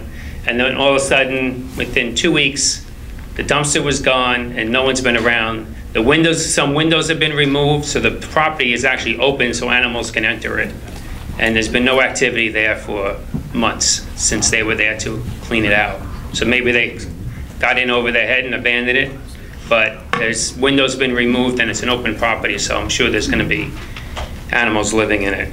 Mr. Lardy, before you move off of that particular point, Council President, a year or so, more than a year ago, the council did pass I think an ordinance. Banks. Yes, you're aware of it then. Thank you. It dealt with realtors and bank-owned properties that were there. And I think that ordinance has been, Mr. Yetrafano, it's been somewhat successful, right? As far as getting compliance from. I believe so. Maybe we can look into that and move forward with. Yeah, right now it seems to be like a. Yeah. Mrs. Fronte, she runs that area. Council President, you want to explain what that ordinance did for that? Well, it just gave the township some ability to go after the banks who were not following up with cutting the lawns and everything else that's there, and putting either violations there, even liens that are on there, to drive them to do that. I think we had, what, 462, Mr. Yetrafano, 464 maybe, was the house that had burned down. I remember the street address. That was one of the main problems. Council President, I believe that the ordinance change allows the township to actually do the work and then bill the property owner via lien. Try to have the remedy first before we go into that, but I do know that Mr. Yetrafano has that, and I know that it has been successful on that, especially on that one property where we actually had the house knocked down, and there was a lien on the property, if I recall, Mr. Yetrafano. 464? Yeah. The Decker's property that burned back in July 18th of 2000, January 18th. The principal problem was that what everybody, and one of the things the ordinance change permitted was, Mike, we could not, we had a lot of problems locating who the real mortgage bank was, because we found out as a result of the work we did on that property. He is talking in the mic, he's trying. We found out as a result of the work that Mr. Lutz and his staff did that a lot of mortgage banks are actually using other mortgage banks as the servicing agent for their mortgages. So, for example, and I'm trying to think, everybody thought that the mortgage holder was Wells Fargo on that particular property. And in fact, Wells Fargo was not the mortgage holder, it was Deutsche Bank. And Deutsche Bank was paying Wells Fargo to just, collect the bills, if you will, on the mortgage. And to avoid any responsibility with the property. But there was even some problems too with, because I was dealing with the league as well as our court, that even with bail reform, Mr. Yetrafano, it's even difficult to go after the property owner. Because there was no way of making them or forcing them to compel them. You couldn't do a warrant on some of the properties that were dilapidated, overgrown. And I was dealing with Mr. Costa on this not that long ago. So there were some other issues that the courts had also indicated. So it's a frustrating battle, but we can have our administration and yeah, I'll just bring it to the attention because it seems like it's going to end up creating a hazard with animals living in it and whatever else, being that it's open. I'm sure we can refer this address to Mr. Costa, get it inspected, and go from there. Yeah, that's fine. Lastly, on the presentation tonight with the Wawa, I spoke in the past about this. I think you should do all you can to change the zoning to accommodate this. The traffic cannot be worse than it is now. You're not going to be bringing floods of people in here to go to a Wawa. It's going to be the people that are passing through or going home or going to work that are going to stop at the Wawa. The interchange is such a disaster now, that's half the cause of the congestion. The the offset from the traffic light to enter Route 80 West, that's half the problem. And from their presentation, the last time they were here, they were talking about they already got to DOT and have a plan to line that up with the traffic lights, and that would be a big improvement.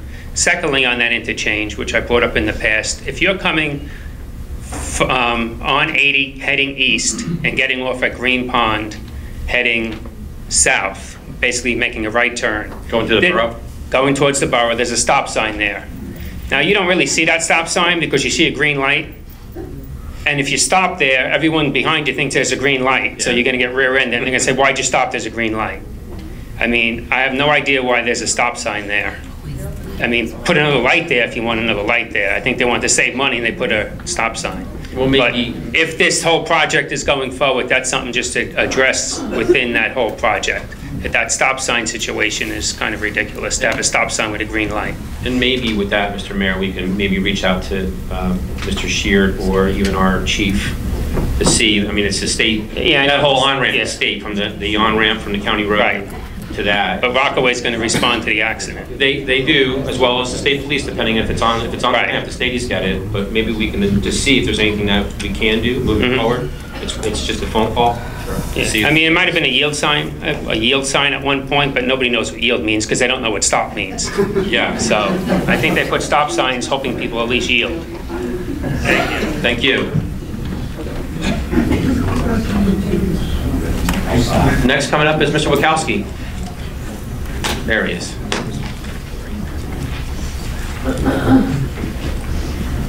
How you doing, Mr. Wachowski?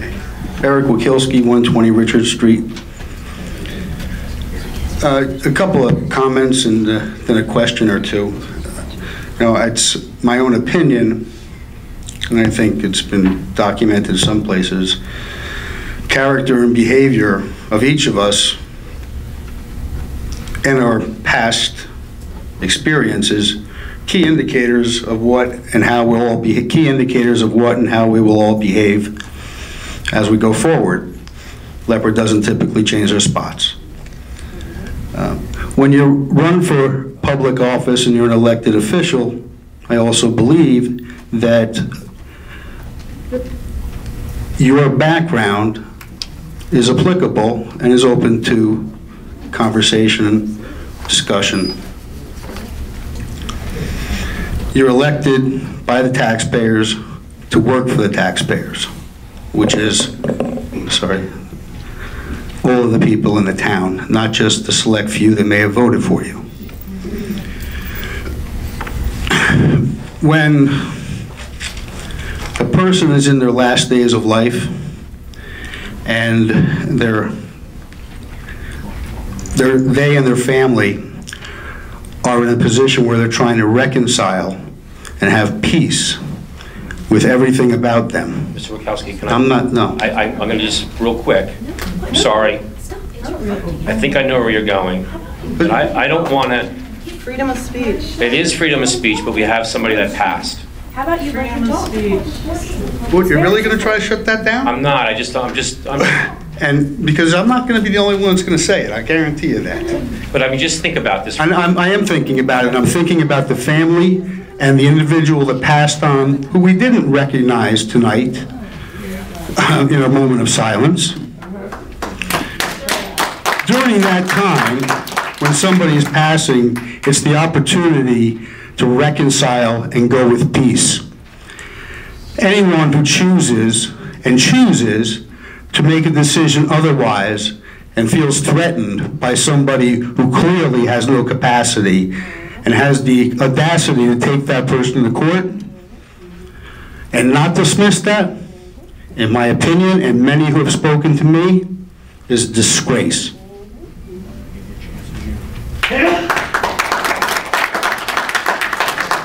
Gene Myers had an article in which, Tucker, I believe you spoke to Mayor Puzio violating an ordinance, but when he appointed the current TA as violating it because they are a firm, and your commentary was, or your position is, that the ordinance says he, she.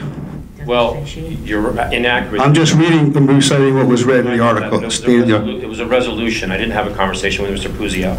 Okay. It was a resolution that was addressing multiple professionals, and that would be R19-10. Whatever it might be, it might be. But, so. okay, but I thought I read, and I may be mistaken. You are. Okay, thank you. Then Mr. Myers must have misunderstood you? No, but I read the same article. Okay, because it's the opinion of myself and many others, the way it reads is that you're indicating that he's in violation of resolution, ordinance, whatever the heck you want to call it, because it's an appointment of a firm, not a he, she. If that's accurate and if that's your opinion, then I just would like to ask, why then in August did this council, with whoever was sitting mayor at that time, one of the 7 we've had, authorized the appointment of whatever Inglesino's company is, blah, blah, blah, firm? It was appointing Mr. Inglesino, not... No, sir. No, sir. I respectfully disagree. Not Mr. Yachafano, Mr. Perun.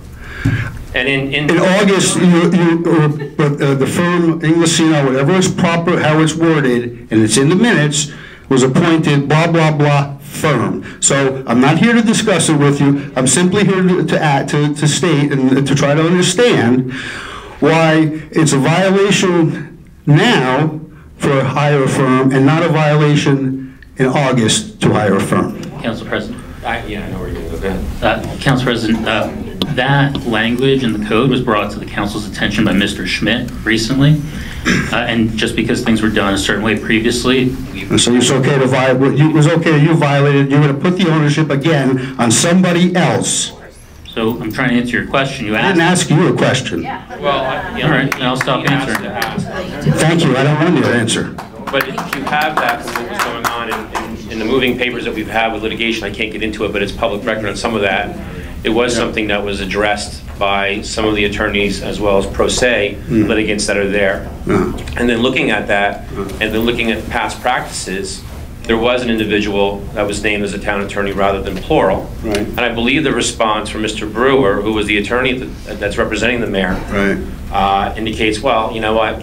He said, amongst other reasons, they wouldn't stand. Well, we can go read the article right now, what was said. There's an article, and then there's the conversation that took place. So there's the printed document, and then there's the facts that aren't printed. Well, so you're relating it onto what's in the paper, or are you relating on what's the actual ordinance and the law?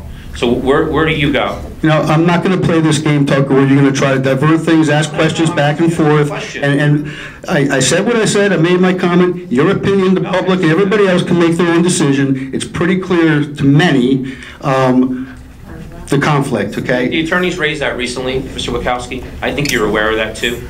No, I'm not aware of that. It was in the, some of the Facebook stuff that he has selectively put around and whatnot. Yeah. But it was something that was raised by legal counsel as well as a pro se litigant in relation to that of one of the issues with regard to that R19-10 of the 20 professionals that were on that resolution.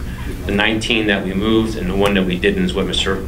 So I just have one last question, and I don't want to use up any more time than we have.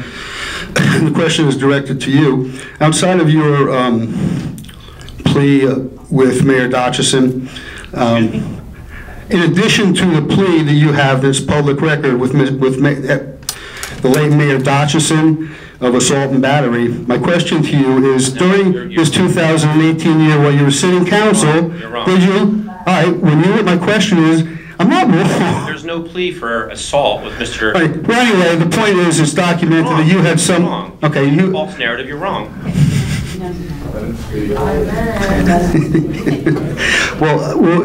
You had a violation that's assault, misdemeanor, assault, and battery. No, you're wrong again. Okay. Wrong again. Anyway, my question is, during 2018, did you at any time while you were council, enter into a settlement of $10,000? You know that there's nothing that I can discuss in regard to a settlement. It's a public record. I'm asking you. No, it's not. Yes, it is. This is public record. It is public record. Go to civil court. It's right. I have it. All right. Many of us have it.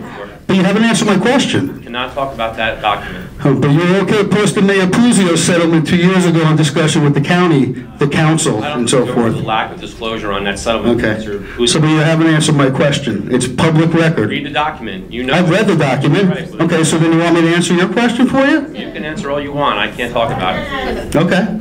Thank you very much. You're welcome very much. Thank you, Mr. Koski. Mrs. Kleindes?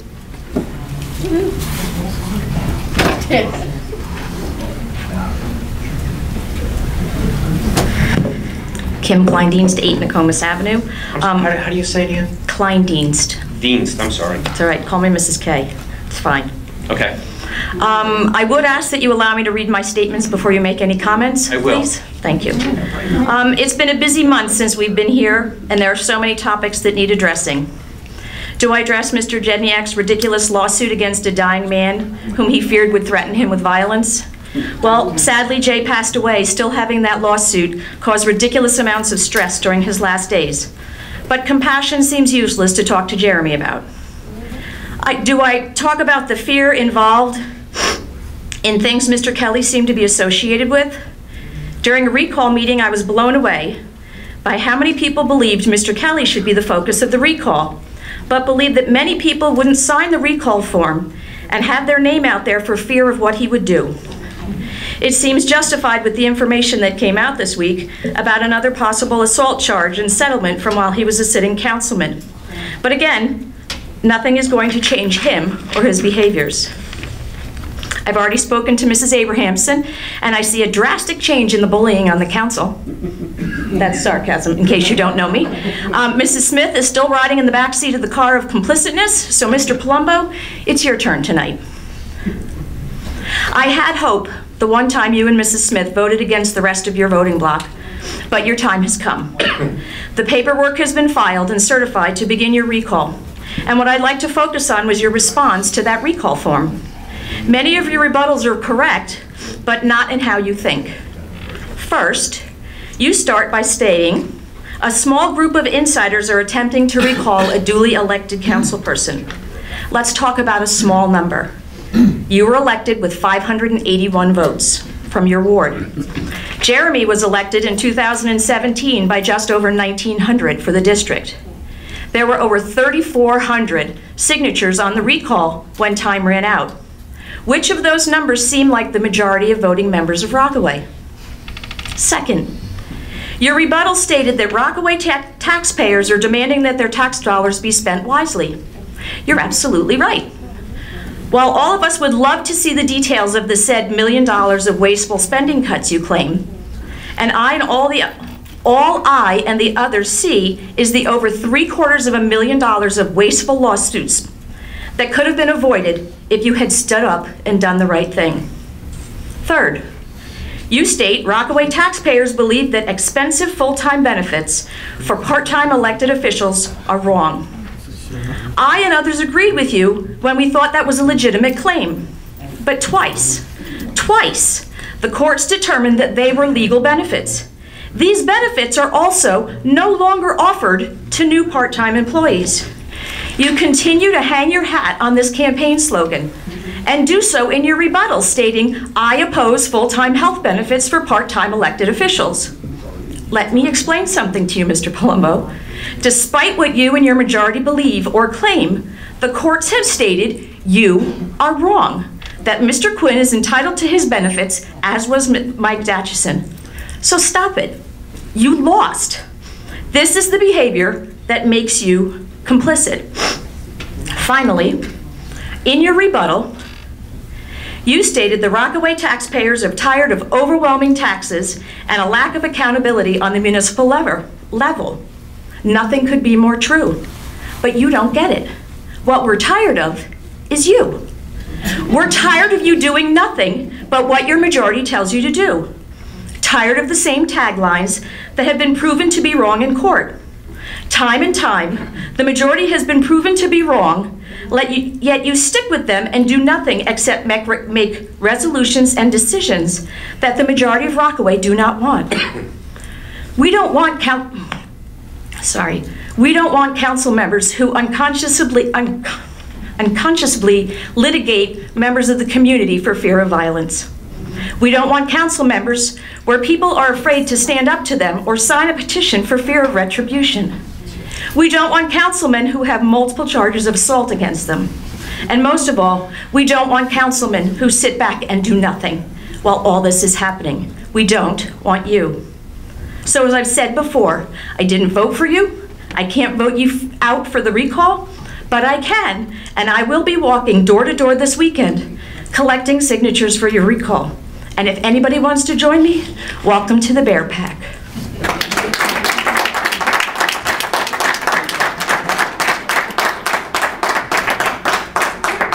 Ma'am? Yeah, Mr. James. For the record, I've never sued anyone. So there is no lawsuit by me against any member of the public. Very easy to prove. I see Mr. Myers sitting there in the back. Mr. Myers or any one of you can go to the court and ask for copies of any litigation entitled Jedynak versus anyone. You will not find any. More lies. The same lies that were spewed during the previous recall, which by the way was a complete failure. I'm somewhat disappointed that you've given up on that. Please, if you please. Who signed the complaints, Jeremy? Mr. Waters, please. My polite suggestion is finish one thing, then go on to the next. You're not the president. But don't pad your comments with lies. They're easy to disprove. They're very easy to disprove. The public sees through them. Go look for a Jedynak versus anyone. Mr. Wachowski. You gotta stop lying. Mr. Wachowski. Stop it. Jeremy, don't worry about it. You're such a piece of crap. Sure. Thank you, Council President. Mr. Palumbo.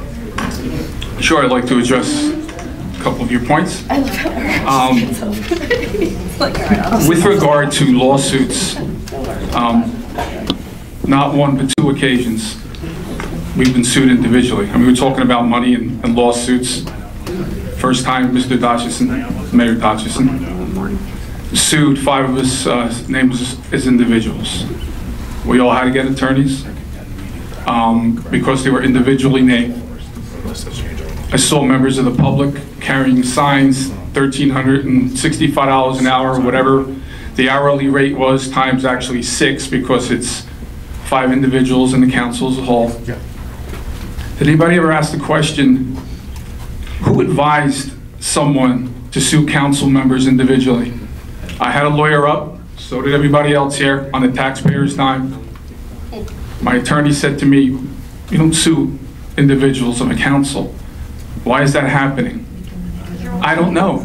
Can anybody here tell me, since you addressed me and I have some questions here, it's only fair, in regard to why would we be sued individually and then made to believe that $1,365, don't quote me exactly, the math is close to that, per hour, why we'd be blamed for that? Anybody here, administration, can answer who would advise Mayor Dotchison to sue people individually on a council? I don't know. But that was thrown out. Happened again. My attorney says, I can't believe it's happening again, this issue. That was thrown out again. But to me, it made it seem like we were driving up the cost of this litigation. I didn't understand why we were being sued individually. With regard to issues over health benefits, it wasn't just the 5 of us, or I guess at this point the boards were up, that were campaigning on that issue. And by the way, I walked my ward, for between the primary and the general election, I can't tell you how many times. But many of the people believed whether it was illegal or not, and at that point it was still in the courts, whether it was illegal or not, it wasn't right. So maybe it was ruled legal, but to many of the people in Ward 1, it didn't matter whether it was illegal or not. It just wasn't right. And now, okay, I mean, is that fair enough? I mean, some things are legal, but that doesn't always make them right. And I'm not saying, hey, the court ruled the way it did. But again, it went beyond the people running for the ward. There's other people up here that's, matter of fact, a lot of their literature mirrored my literature, or literature I use about benefits.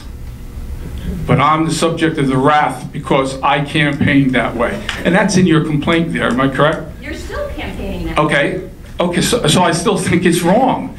And many of the people probably still, so it was deemed legally. I understand that. I understand, okay, I got that. But there's people there that'll still believe that no matter whether it's legal or illegal, it's wrong. They don't have to sign. Okay, I understand that. There was an issue and the rest of it about constituents not responsive. I tell you, I don't know if Mrs. Royak is here, Mrs. Lucas. There's plenty of people I speak to. I mean, part of your reason for recalling me was about not being responsive to constituents. I'm sorry? I didn't write it. Oh, but you read from it though. Correct. Okay, so. said I wrote it. I didn't write it. Okay, but you read for it, and one of the bullet points in there, or whatever the complaints, was about not being responsive. Well, I tell you what, I respect people who are respectful back. I've had discussions with Mrs. Royak. I've had discussions with Mrs. Lucas at length, and we don't always agree, but they've always been respectful, and I'm respectful right back to them. I'm sure Sue will verify that. I see her in the audience there. However, one of the people complaining, let me read some of the emails that one of the people on your committee was sending to me. Quote, numerous absences. I have numerous absences at these meetings. That's in your numerous I never missed a meeting. I was on the phone twice. As many people know, health issue with my son up in Vermont. But I'm getting gagged, or I'm being accused of having numerous absences when I had to be on the phone because I had to go get my son.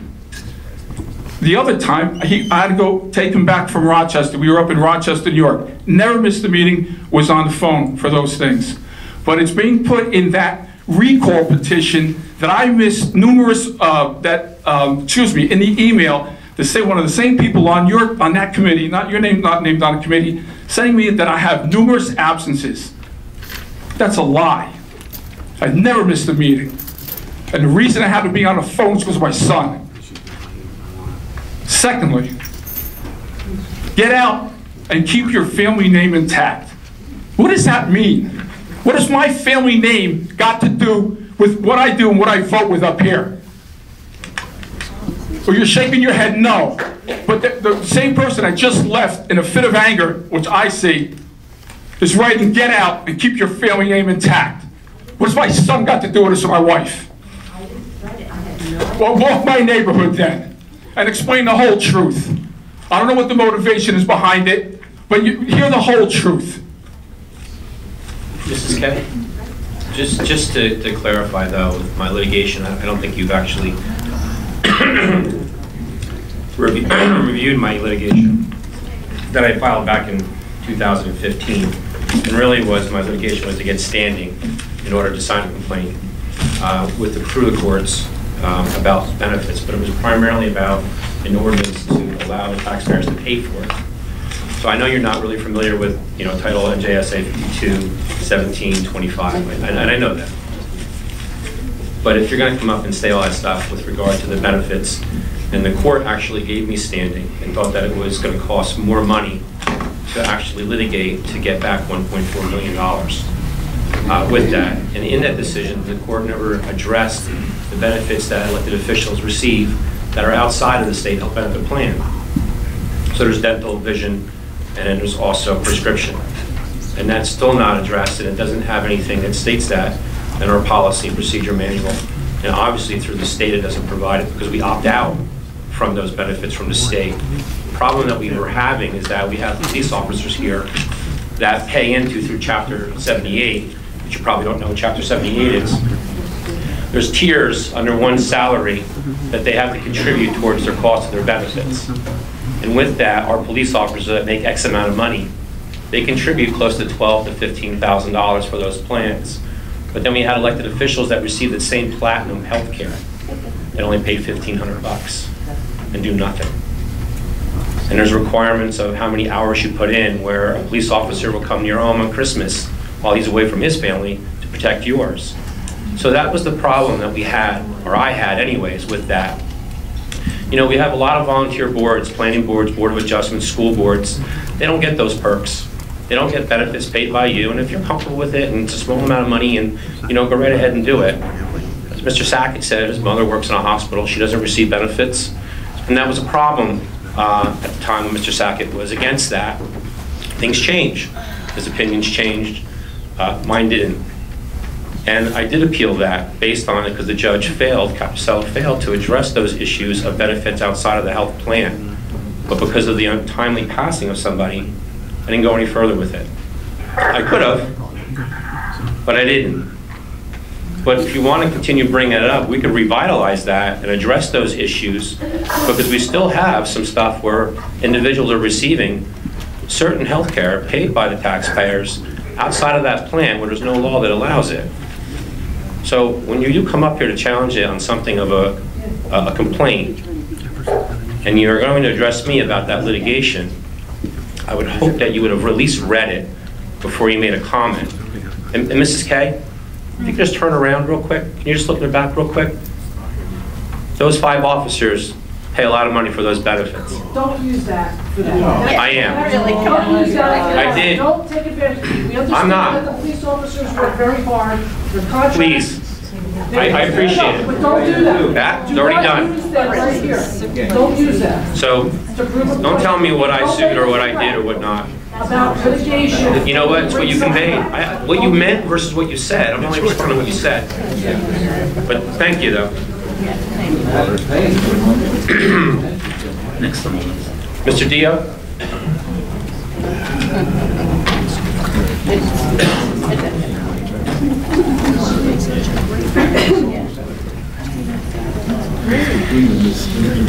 Patrick Dio, 11 Valley Road.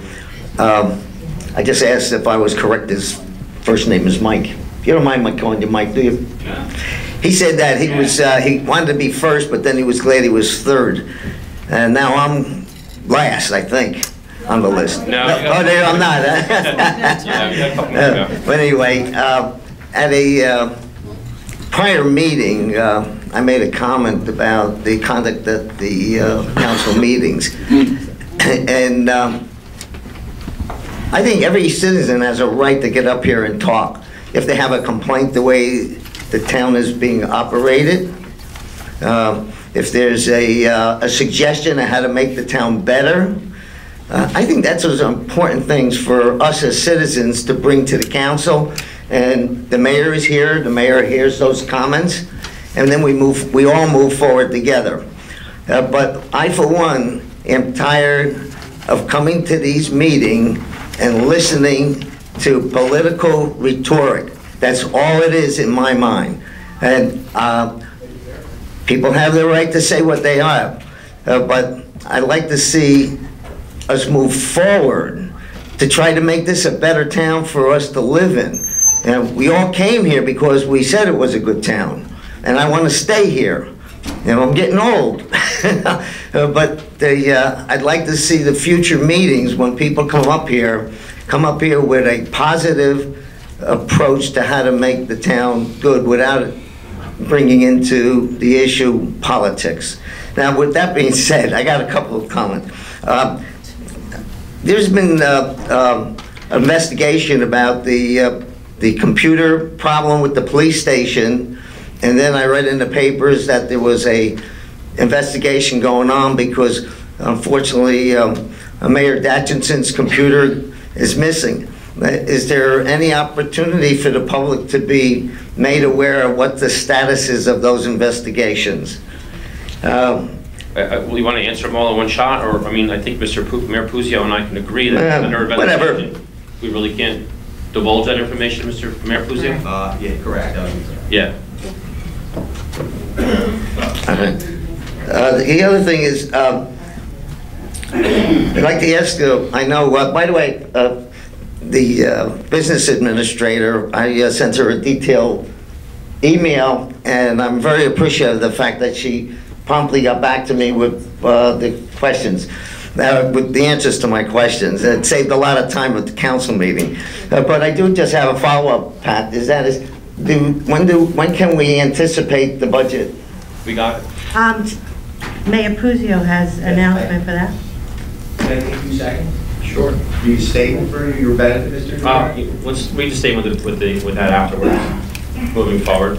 Oh, okay. Yeah, we'll just address that. Wait till you're done. Okay. We didn't have any knowledge of the budget being presented now tonight. So. Okay. All right. Then the two more things just is I've noticed in the meetings that I've come to, and I don't come to them all, but in the meetings I come to, that there are occasions when council members vote no when it comes to approving the minutes. And the council members just have a reason for voting no. They just say no. I think it would be helpful for transparency and for the public to know why the council member who votes no, because as I understand it, every council member has an opportunity to request that the minutes be amended so that they can vote yes. And so that's just a suggestion. I don't know what the protocol is, though. And the last thing I have is when there's going to be a change in the administrative code, or is it possible that when we get the proposal, that we also get a red line version, so that we know what the administrative code is saying now and what it's going to be like if it's approved. So those are my suggestions and comments and questions. Thank you. You're welcome. And Mr. Dio? Mr. Dio? Do you want that responded in an email? Mrs. Seeger, she's been so diligent. No, she responded. No, I saw it. We got a copy of that, and she addressed everything in a red line and whatnot, and I appreciate that, Mrs. Seeger, for doing that. Can she do the same thing with that? Is that all right? To respond to you in an email, getting some more research and some of the comments that you had? No, I didn't ask about redlining in the email. No. She you responded in red of your comments of what was. Oh, she responded and read to me on my email. Yes, she did. She was very prompt and responded. Gone back in an email. Yeah, okay. I'm not talking about the email. I'm talking about the ordinances. Like if there's a proposed change in the administrative code, we in the public don't know what the administrative code says now. So maybe we get to see what it says now, so we can then see what's being proposed and what the differences are. Okay, great. Thank you, Mr. Dio. Up next, Mrs. Coleman. She's no longer here. Up next is Mrs. Hollenbach.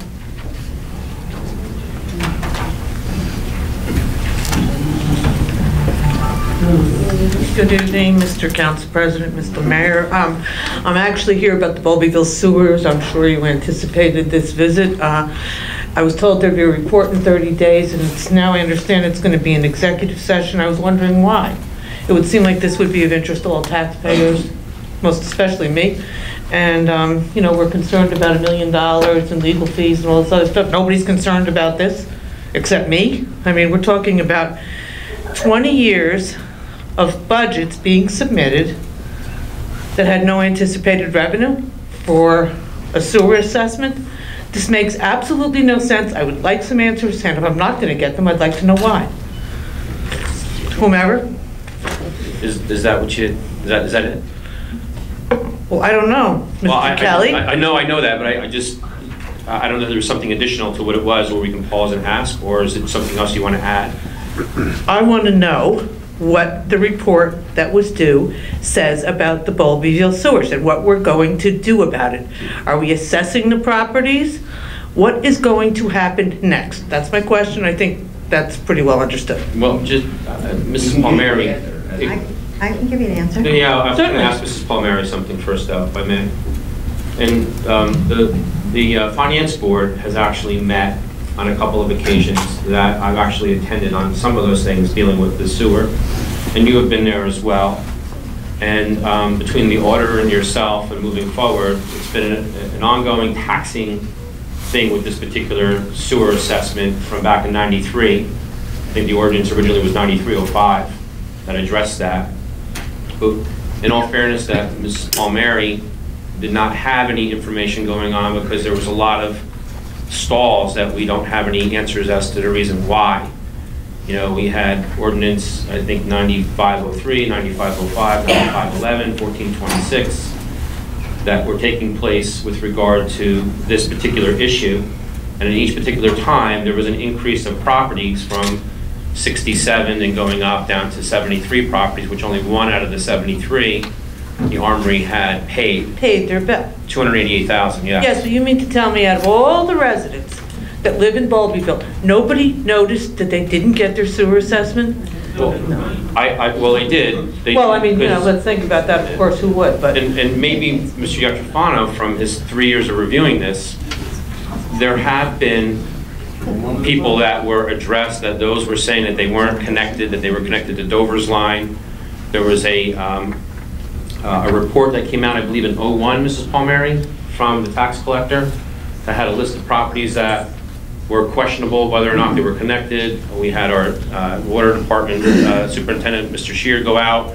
I think some of them are still, I mean, this is going back since '01, so 18 years ago. There's still some that potentially aren't. Mr. Kelly, when the sewers were put in, they would have had 1 year to connect to the line.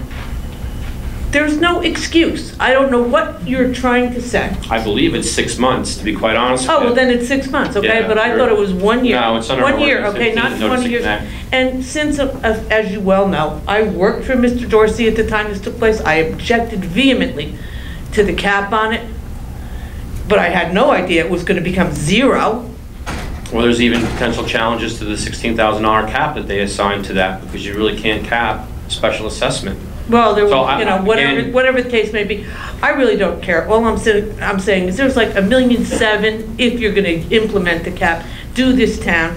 There's another payment due this year, and I don't want to pay for it. So we're worried about legal fees and all these other things that are going on. I want to know what's going to happen with this sewer project. There were 3 projects done at the same time. Every single year, a budget had to be submitted. Where was that anticipated revenue and how was this ignored? Who did it and why? Well, I could care less about it. Assess it. The auditor does report it. I think there's some issues where it comes to state aid, that if there's some things that are reported. If we had these issues, Mrs. Palmieri, would we potentially lose state aid and it's put in different areas of the budget? I don't believe there's any connection with state aid. Nothing whatsoever? Not that I'm Okay. aware of. I had a different conversation. Okay. So I was under the inclination that that was something that took place. Maybe I misunderstood. But right now, Mrs. Seeger, I mean, from a while ago where you had already offered a report, and here we are beyond 120 days for this report. Where are we at now with it? The report was going to be given in the executive session at the last council meeting that was canceled for the snow. And the attorney and all my staff were going to be there. We all were planning on going, but the meeting was canceled. Tonight, I couldn't get all the staff and the professionals I needed here tonight. I asked that this be taken off the agenda tonight and be put on the last meeting in March, because that's when all the professionals and the staff could be there to present it like we were going to do when the meeting was canceled. But someone decided not to take it off the agenda, and these poor people would not show up tonight thinking that we were giving the report because I asked for it not to be put on the agenda. No, you ordered the clerk to take it off the agenda, actually, if I recall correctly, and I felt that... I didn't order anybody. We were talking, Miss Clipperton wasn't at the meeting when we were talking about the agenda because she was somewhere else, and I gave her the notes, and you can check by email. I asked her what we were going to put on the agenda this meeting, and I said, please do not put on the closed door session again until the end of March, because we don't have the staff. Well, you know, Council President, I don't see it on the agenda. It's under the resolution. And I asked it to be removed.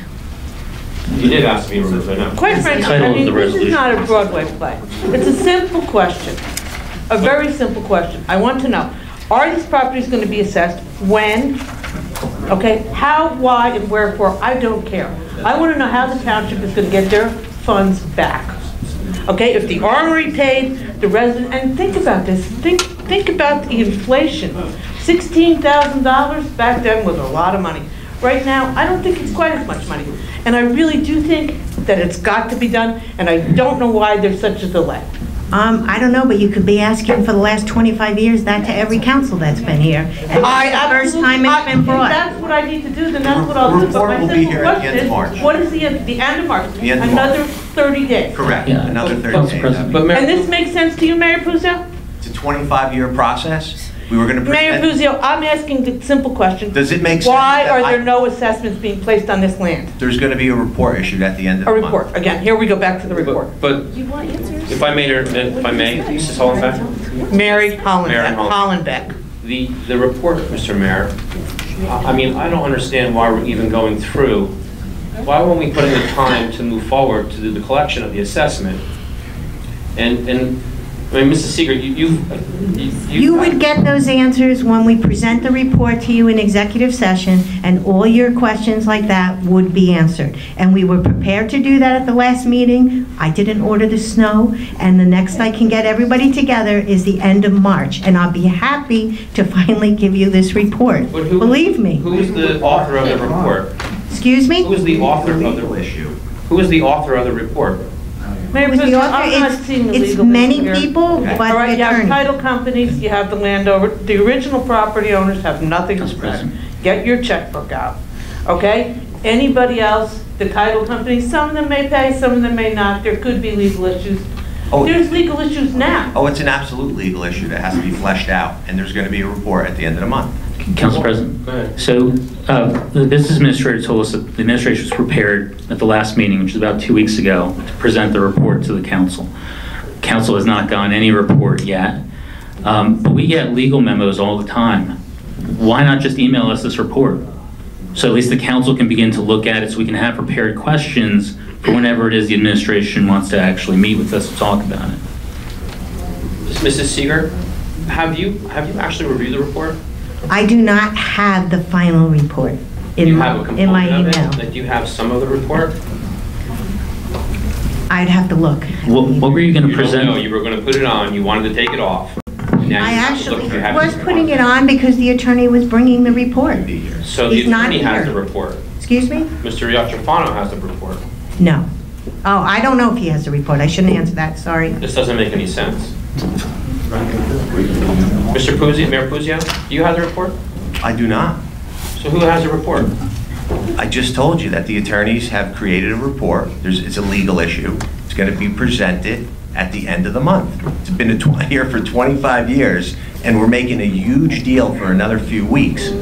I don't know, that's what I don't understand. This was raised back in September of 2018. I understand that. Okay. I understand And it that. started in 93, by the way. Absolutely. I've been in this seat since November, and you're going to have a report at the end of the month. It's for a couple more weeks. Why can't we get a foreshadow of the report now so we can have Because questions? I don't have it right now. Mayor You asked Puzio, your- why would this have to be an executive session when there's citizens that are I'm going to have the attorney answer that. I'm going to have the attorney answer that. Fine, no problem.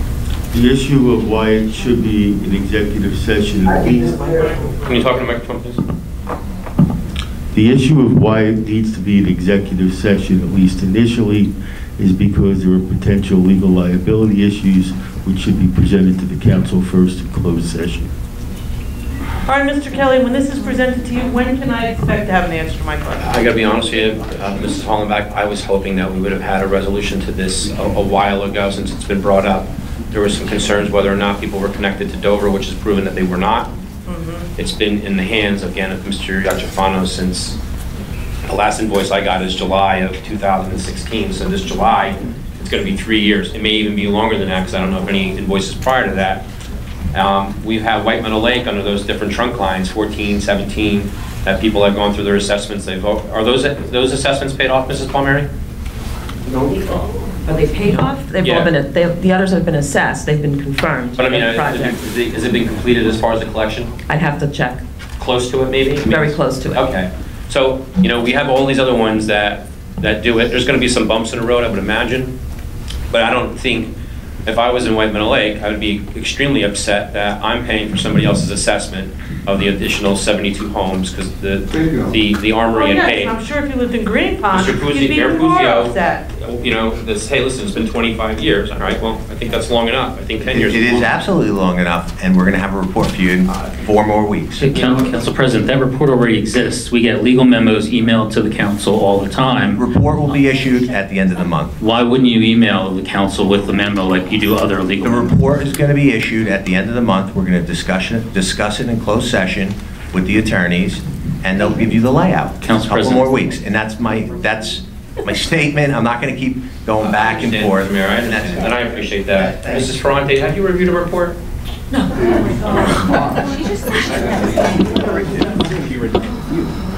Well, I guess that answers my question. Thank you, Mrs. Hollenbach. Mr. John Schmidt?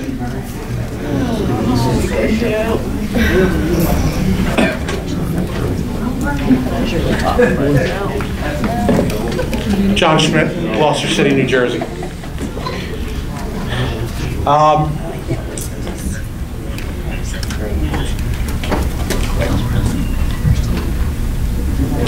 I'm sorry. Oh, yeah, I'm sorry.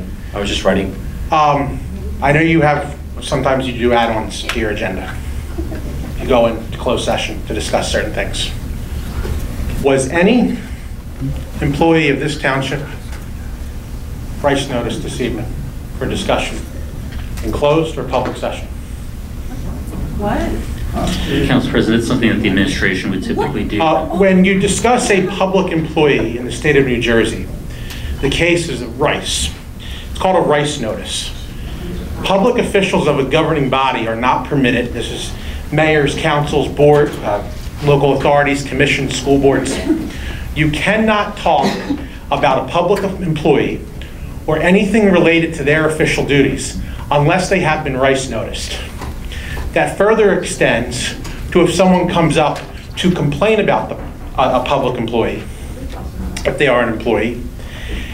You have to be very careful of what is said and not said, because it could cross that line into talking about one's job performance. And I'm wondering if any employee was Rice noticed this evening for a discussion in closed session or open session. Was any Rice notice issued? Mrs. Seeger? I think the Rice notices are usually done by the clerk's office, but to my knowledge, there has been none done, unless Mrs. Clipperton knows anything different. No. Mr. Yastrofano, are you reading or are you just videoing? I can I'm sorry? answer your questions. I'm sorry? Since I have the camera pointed at me, I think it's unfair. I return the favor. Oh, no, I didn't know if you were reading something, looking up. Okay. Do you have a question for me? No, I just want to know if you were reading something and during the with regard to the Rice, or if you were videotaping. I guess. She had already answered that. She said No one was Rice noticed. I'm not going to say any more. Okay, that makes sense. But come on. You've all been in office for over a year. Ms. Jackson, you've been on the school board before. There's a line, and that was crossed tonight. That should have been shut down.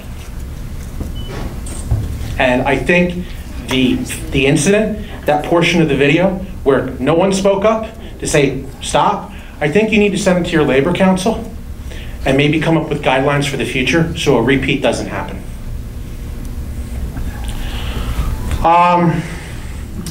In the past meeting, I believe it was yourself, Councilman, and Council President, I forget which case it was, whether it was the Schmidt and Hollenbeck or Schmidt lawsuit.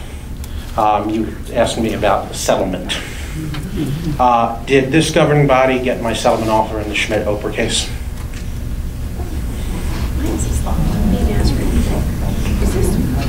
I'm not aware of anything. Mr. Yastrofano? I would caution the council in all respects concerning ongoing litigation. You have a conflict of interest? In which the township is a party. Thank you, Mr. Schmidt. I'll abide my own legal rulings. Council President, I checked my email before we came in here. I didn't see anything related to that.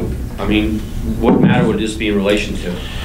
As you know, the court case was originally scheduled for February 12th. What court matter are we talking about? This is the Schmidt-Oprah case, MRS-L-002535-18. We had a court hearing on the 12th, which was canceled because of the snow. On the 11th, a filing was made by the Township of Rockaway, in which the majority of the documents I was seeking were disclosed. My attorney wrote on February 13th at 1:40 p.m., John, and this is to John Mills, now that you've provided the bulk of the documents that my client was seeking, do you want to try to work on coming together on a consent order to settle this matter? I would want to acknowledge that we received requested documents, set a timeline for you to provide any additional responsive documents, or a statement that there are no additional responsive documents, acknowledge plaintiff is the prevailing party and come to an agreement on fees without the necessity of generating additional fees with an appearance on the 19th. Let me know your thoughts, Al. I have a copy for everyone. And Al Marmero received a response back at 4:21 on the 13th, roughly about 2 hours and 40 minutes after sending that email. We got an email back from Monica Jedynak, legal assistant to John M. Mills, that said, "Dear Mr. Marmero, Mr. Mills advises that he will not be needing a consent order." So I know some people on in the social media, here at council, have asked me about a settlement agreement. I just wanted to make sure that that you received what was proposed, that I'm not here chasing down attorney fees for my lawyer to run up a bill, as has been alleged by some. That's the purpose of my asking that question.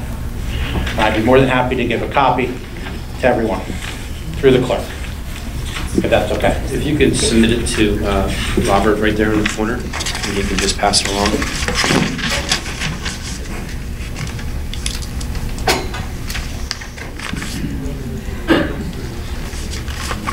And this would I just have one copy of the response. I realized that my lawyer never sent it to me. I asked him to send it to me today. Ms. Hollenbeck had printed it out for me when I was at her house before the meeting. So that's only one copy. If you would like it for whoever wants it, I only have one copy of this. You know what? If you can hand me that. The clerk want it, or she can make copies later, or.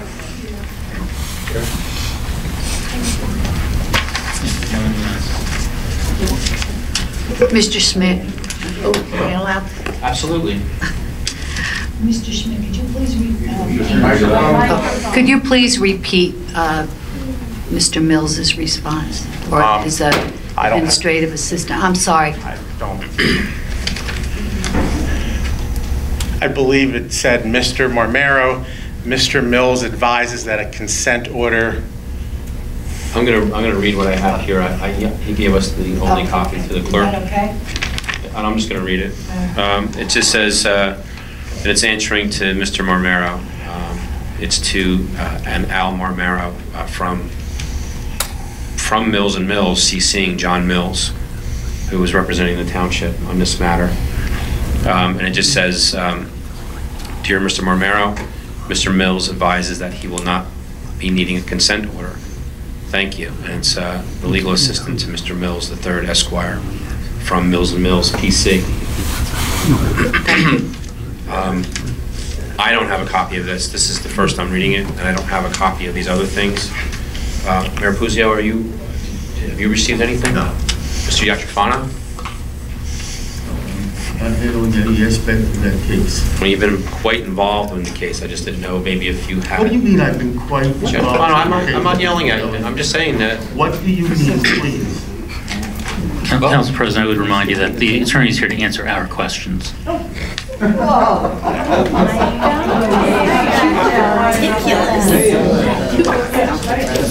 All right, so I just wanted to, I know it's been asked before, just wanted to put it out there. It's troubling that the client, governing body, you are the client, did not get this. That's a whole nother issue. I'm not going to go down the road, but it's out there. You know, we do have a hearing on the 12th where you have 3 government attorneys fighting over representation issues that hopefully my Oprah case is heard that date. If not, it'll be another date. Can just settle it I mean, it's there for my attorney, so I'm letting the governing body know. Mr. Pietrofano, just in general, when there's settlement offers from either side, is the council customarily informed of those potential settlements? Depends on the matter, it depends upon the attorney and the nature of the case. And what determines that? I can't tell you any more than I've told you, Mr. Kelly. Okay. Is there a section of the code that you can cite that addresses that issue? Section of what code? Our administrative code. No. There's nothing that addresses settlements and approvals from the council and I would suggest to the council that if it has a concern, it delegates a representative to contact Mr. Mills, who's in charge of that case. That's it, Mr. Mills? I mean, Mr. Schmidt, sorry. I apologize. I may have other stuff, but no time. Okay. Mr. Waters?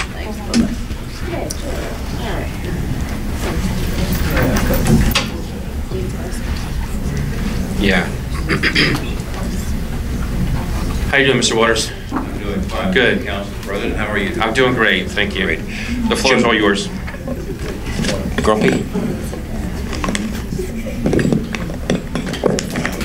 Let's do this if we can. Jim Waters, 48 Seneca Avenue in the Township. Happy to see the council here tonight, and the administration and the people who actually pay for this whole show, the circus that we've had. I thought it was getting better tonight. It was for a while. Went off the rails again a couple of times. But I had a couple of questions that occurred. One during the presentation on Wawa or revising our various zoning regulations. We're referencing gasoline stations. Just wondered if we shouldn't also be referencing electric charging stations. I see we have a new one at the Rockaway Town Square Mall. Tesla has a charging station there between the movie theater and Five Guys. It's a good suggestion. It's a good suggestion. Yeah, I hadn't thought about it, but I'm told by a New York congressperson that in 20 years we'll all be riding in electric cars, flying electric planes, and me too.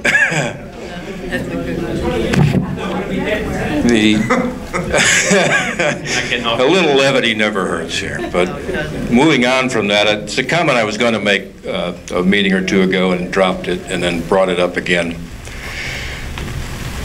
And I want to bring it up again because it addresses the meeting of January 1st, the so-called reorganization meeting. And my objection to that meeting is that the person who organized that meeting knew well in advance of that meeting, had been notified in writing and by phone, and I don't believe that's a lie, that majority of the council people would not be there. Yet that person allowed 2 Morris County freeholders and the Morris County Sheriff to show up for a public embarrassment and then held 2 charades in the hall where he pretended to call people that he knew wouldn't be there. That's an embarrassment. I don't know how you justify that. I know your mom probably... There we go. Never mind. Council President, we made phone calls January 1st, actual real phone calls, and if there are any records of phone calls that the township keeps, perhaps the administration can check the billing for that. Are you denying that you knew there would not be a majority here? You stated that. Are you denying that you did not know in writing? Mr. Waters, I hear you. Mr. Waters stated that there were no actual phone calls made, and yes, they actually were made. The second time. Real phone. Not the first time. We watched you the first time. We made phone calls. The second time. We made phone calls. The second time. You didn't make any phone calls the first time because people were watching you out there. And you knew nobody was going to respond. So you allowed us all to be embarrassed by having 2 Morris County freeholders here and a sheriff showing up to support the township when you knew there wouldn't be a meeting. No excuse for that. Mr. Waters? Sir. Just if I can just hit on that more. Of course you may. You're the council president. Well, it's not necessarily so. I mean, we're equal here. Just because I'm in this seat doesn't make me any better than you and where you stand. But let's just think about this logically. I think you and I kind of touched on that a little bit. We had a matter that's before the courts in the Chancellor Division. The C-131, 18 is the actual docket number of that case. And it dealt with having meetings or illegal meetings related to the October 23rd because of a failed notice from the reorg meeting in 2018 and other meetings that were potentially flawed in their noticing, which we didn't know at the time until the ruling came out after the fact. True. Right? True. So we have litigation that takes place that surrounds having meetings. So we have our own ordinance that you review, and you review it differently, and you have your opinion on where it says the first Tuesday of January to have the reorg meeting. And it's just fortunate or unfortunate, depending on how you look at it, that this year, 19, it fell on New Year's, right? Correct. The next time that's potentially going to happen, I believe, is 2030, that it will fall on New Year's again. So it will be 11 years from now. However, under the difference of government that we have, Faulkner Acts and other plans that are there, it's customary, celebratory, that meetings take place on the 1st of January. Though the Faulkner Act is a little silent on that. However, we have a code. So now you pick and choose, like, well, we have a code that says we have to have it on the 1st. You know, we had known that for the longest time moving forward. There was another elected official that wanted the answer for everybody to cancel the meeting, that it wasn't going to take place, which has no authority to do that, but exercise that authority. And then, because of the opening and pending litigation that we have here, that is really focusing on... Cutting to the chase, Mr. Kelly, Council President Kelly. Yeah. I don't mean to interrupt. No, that's okay, and I understand. The point is, no, it was known before the meeting was... The point doesn't matter, though. You have to... You can't correct a notice violation by holding a phony meeting. No, that's not the case. You have a code that you are trying to adhere to. You can't adhere to it if you know there's not going to be people there. You don't know. You don't know. You were informed in writing, well in advance of the meeting, that you would not have a majority. I was informed by some that there may be a change in that. I think correct. I think we have emails from everybody except two people. No one with any authority communicated to me that we would not be able to have a meeting. That is, as you like to state, a lie. Mr. Waters, really, to be honest with you. The fact is, Council President, it's a minor miracle that we haven't been sued over that issue, in fact. Because the township would lose. It would lose because 6 people didn't attend the meeting, 3 people did. We had a quorum for our volunteer firefighters swearing in earlier that afternoon. Our volunteers, firefighters who are volunteers, they don't get paid to do what they do. They get out of bed. And you were told there would not be a quorum here. They have no problem. You allowed us all to be embarrassed by allowing freeholders and the sheriff to show up at a meeting that would not be held. What is actually... They knew you're actually incorrect with that. What is actually embarrassing is the fact that our volunteers don't have a problem getting together on January 1st to reorganize, but council members wouldn't get together to do the same that very same evening. The fact is, a year before, the clerk's office was made aware that the January 1st would be 2019 would be the date. That's how far back the clerk's office was aware. The first issue that arose, the first notice we got about any kind of concern about the 1st, was when there was no time left before the last meeting of the 2018 to do anything about it, to change the code so that we would be able to be in compliance with the code and have it on some other date. Now, since that, and I said this then, I took it upon myself to draft an ordinance, which was on the agenda for the last meeting for discussions, on for tonight as well, to remove that wording from the code so that we won't have that issue ever again. Because the current wording in the code, which is antiquated, right, and out of date, all it does is create liability for us. It ties the hands of the council in a way that no other council in Morris County gets tied. And I think that having non-lawyers drafting ordinances also subjects us to considerable liability. So I would suggest that you let the township attorney draft ordinances. Right, and what you would also know is that the request was made to do that. If you knew in advance, right, that the meeting wasn't going to commence because of the lack of quorum, right? Is that what you're saying that you had? We knew in advance. Why'd you come? What made you come? I came to see if our acting council president was going to make a jackass out of himself and the rest of the township. That's what you came to witness that? That is exactly why I And came. the other professionals that were there that knew the situation that still came in hopes. That's a good question. We should ask the sheriff and we should ask the two freeholders why they came after you told them there wouldn't be a quorum and there wouldn't be a meeting. Maybe, you know what, you should have asked that before you made your statement. Yeah, okay, why don't we do that then? Okay. Can we move on so we can get one more last person, or is there something else? That's not very nice. We stand here and we listen to grumpy people too. Right? Okay. The other thing that snuck out at me, that struck me tonight, that bothered me, is your frequent use of the word lies when it really applies to things you don't like. Okay. You've accused the mayor of doing illegal activity without any proof he's done anything illegal. That would be a lie. You've claimed that you saved the town $1 million, returned it to the taxpayers, when all you did was take money out of a surplus account and temporarily return it to the taxpayers. We're going to have to take it back this year. Your claim you saved $1 million for taxpayers is a lie. There's several other instances which I won't go into here because Grumpy's going to come up and smack me. But I think I've made most of the points that I wanted to make tonight. Thank you. Council President, I'd like to ask our CFO if the council took money out of a surplus account for last year's budget. No, you didn't take it out of a surplus. We cut actual line items. Out of line items. Thank you, Mrs. Palmieri. Thank you for correcting that lie. Mrs. Degman? Mr. Waters, the one thing I'm going to ask you is, and I've already mentioned this to you before in the past, just the vulgar language, it's not necessary. I get it. You know what? I mean, is it really necessary, though? I mean, I consider you a professional. Surplus money in a line item that wasn't going to be. She contradicted what you said. Let's just leave it at that. CFO Palmieri, can you please confirm that the council cut actual line items from the budget? Mrs. Palmieri, it's done.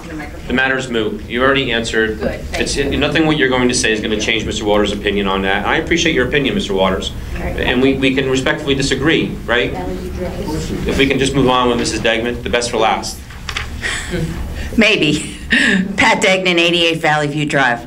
One thing I wanted to say is last night, White Meadow hosted a program given by the Morris County Sheriff's Office called Project Lifesaver, and I brought the material from there. It might be something that we could do as a township to inform our residents. Did you have a good turnout? Not. No? Was the sheriff there, though? Was Gannon over there? No, he wasn't, but he sent a representative, and she did a very beautiful presentation. It only lasted a little over an hour. She brought materials for us.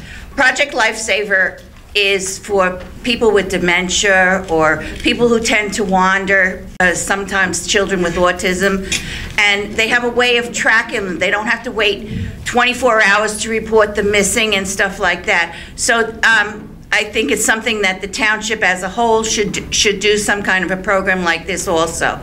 And the other was the Crime Stoppers program, which I wasn't even aware of, because they talk about tips that you give to the Crime Stoppers line, and people are concerned that they might, if they give a tip, they might be found out that they tipped the officers as to who was, but you're totally anonymous in that program. But both of those programs are very good, very well run. The presentations are excellent, and it's something that we should publish more. I wonder how they get paid, though. If you're not supposed to know who you are, how do you get paid? They give them a number, and then whoever is assigned to give the person the money plans to meet with the person at a specific location. The person is told tells them what they're wearing, and they don't have any names or anything. Looks like him, yes. So it was really very eye-opening. As a citizen, sometimes we don't really want to get involved, but this is a way for us to get involved and help stop some of the crime that is committed without putting our lives in jeopardy. So I wanted to bring that to the council's attention. Then I reviewed the all the agenda, because I printed out before I get here so I can read what's going to happen. On the consent agenda, there are 2 resolutions regarding Morris Commons. And rather than have everybody maybe spend an hour discussing it, most of these refer to settlements that have been reached because of litigations. So it's not something that the Township Council can change. They have to go forward with these resolutions. We've had those discussions in closed session prior. Okay, then for discussion, you have 1907, amending the rules, and it's going, and I pulled up that resolution, and it says to delete one of the sections, and the section that you're saying to delete is regular meetings, 2-5.2. The council shall meet annually for organization on the first Tuesday of January at 7:30. The council shall meet regularly thereafter on the second and fourth Tuesdays of each month at 7:30. If a regular meeting falls on a legal holiday or such other day when the council determines it would be inappropriate to hold a meeting, the council by resolution can set the time and place of the regular scheduled meeting. I cannot see taking that whole section out. If you wanted to revise something, what I would do is revise the first line, which says, meets on the first Tuesday of January unless this falls on a holiday, rather than delete the entire passage. Then the other thing I have is, I've not heard of Rockaway Township Day, and I see on the agenda you have it as June 8th. Is there a committee that's working on this? So how can we have a day if there isn't a committee? We're going to actually address that. Actually, the day that's been incorporated is actually April 8th. And I think this has just been dropped down to us. I know that Mr. Sackett was attempting to put together Rockaway Day, and it did not pan out. Mr. Quinn had changed some dates for the Rockaway Football League to change their days for their game so that they would have the day down at Peterson Field. And again, it did not happen for whatever reason. I know that there was some other issues of commitments and stuff like that. So now, because that's something I would like to be involved with. Yeah, and you know, it's funny that the Historical Society is doing something, and they do a phenomenal job, but they are doing it for the 175th celebration, and it's going to be a celebratory thing. I think that's on what, April 1st? Yeah, that they're doing that.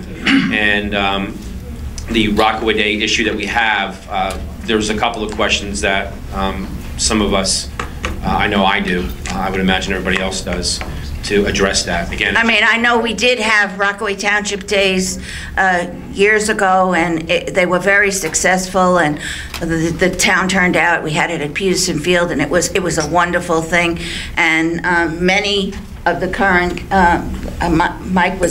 Mayor Mike was involved with it.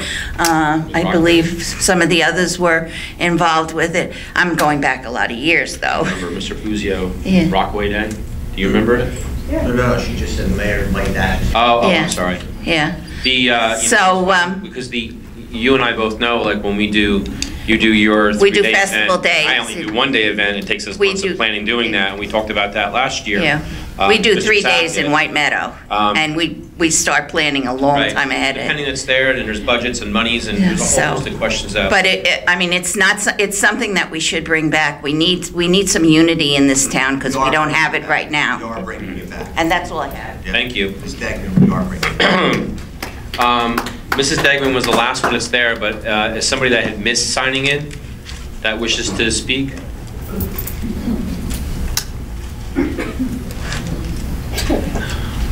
Go ahead, Pat.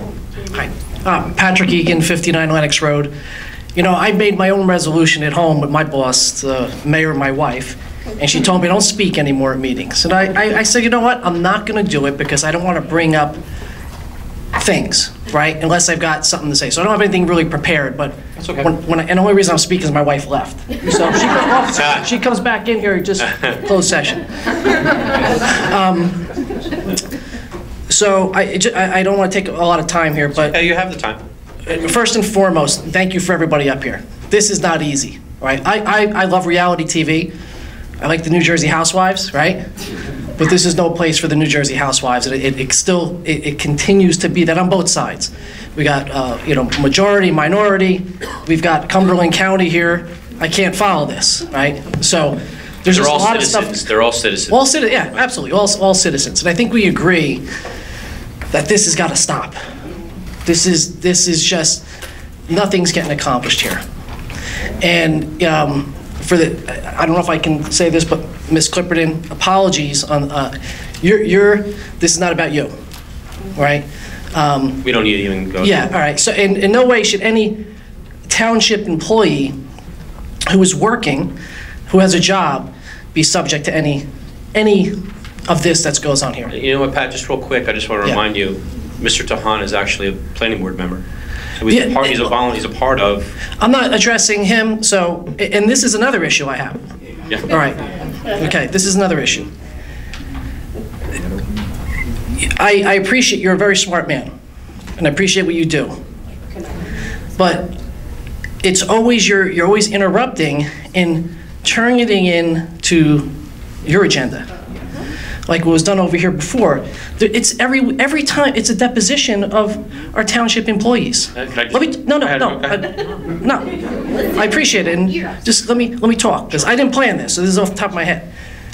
But it's always like, even before, with now this secret layoff meeting, and the questioning, was there a meeting? What's going on? Where are we going with this? And it just seems like... Can I answer you? Not yet. It always seems like there's a deposition going on. And it just seems unfair to the employees of this town.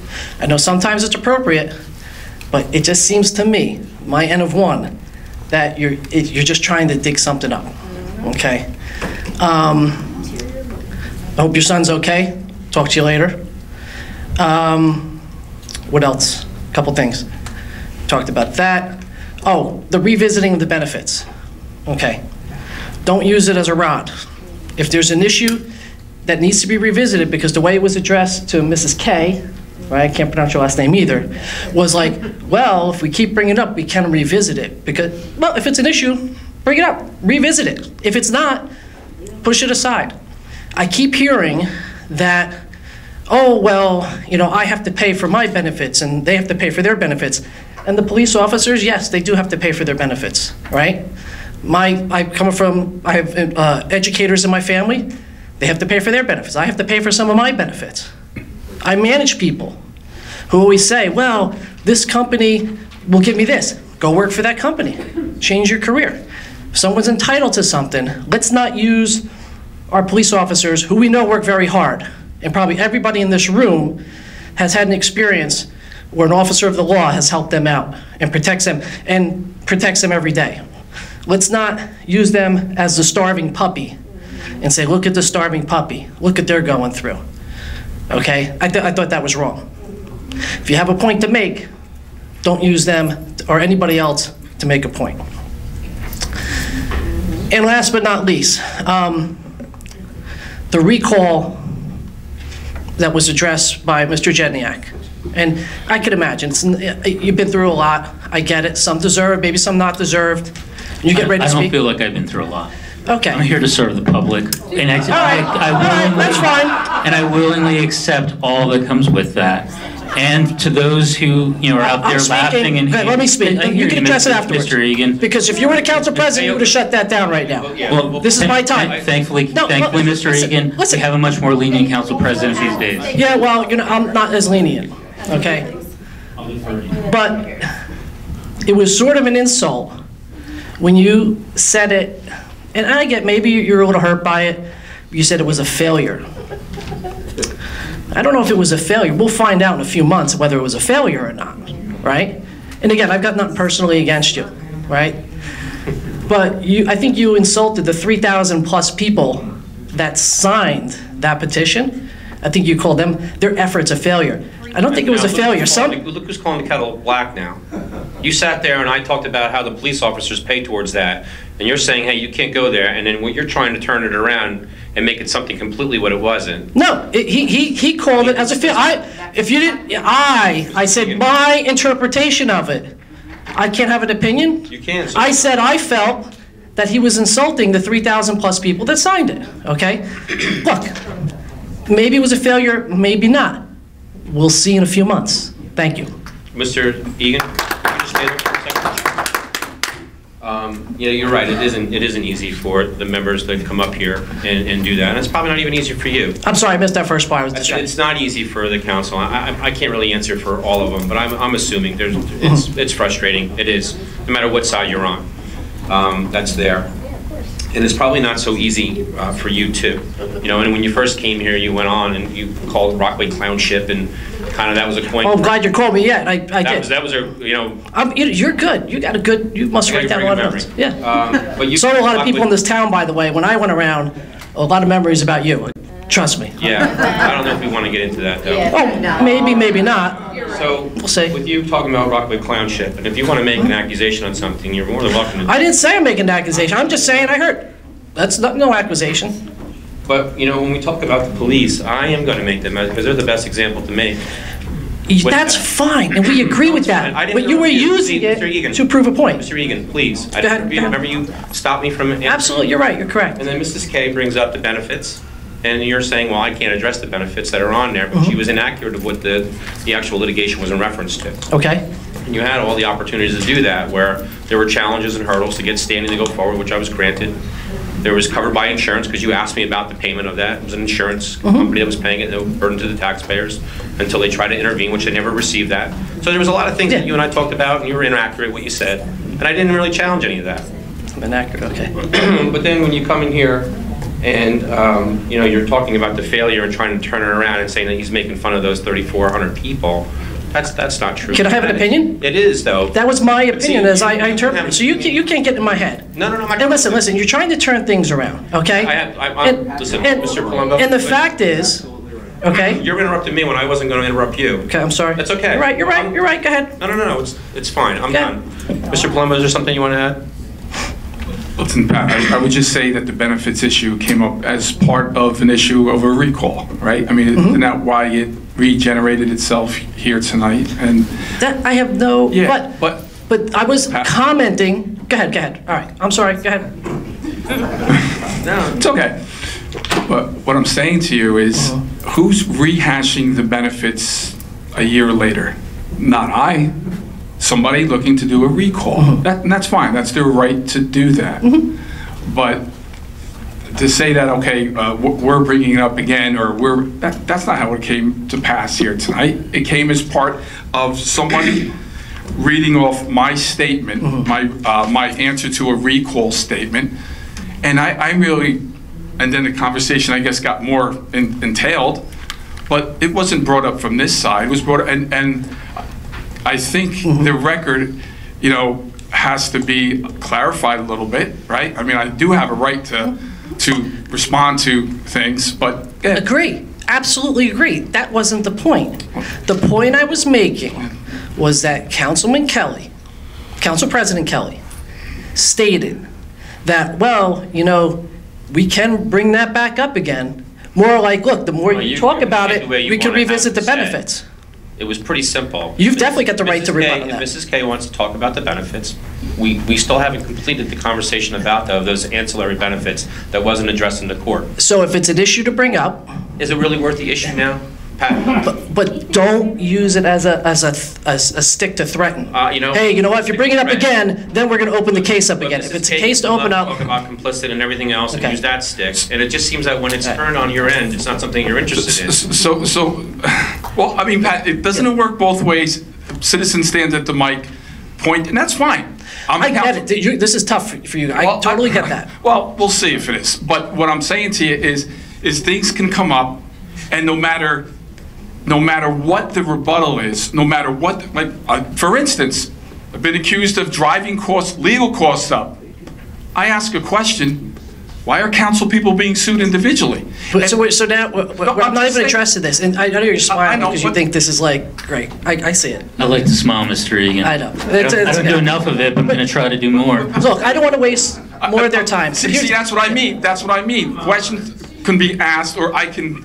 But Councilman Palumbo, this had nothing to do with you. All I was saying, and I'm going to end it because these people are getting tired, is Pat, this is going nowhere. It is. You're absolutely Okay. right. Thank you. I agree. All right. This is going nowhere. Yeah. Absolutely. I appreciate it. Thank you very much, Mr. Egan. Come on up. Thank you for your comments, Mr. Egan.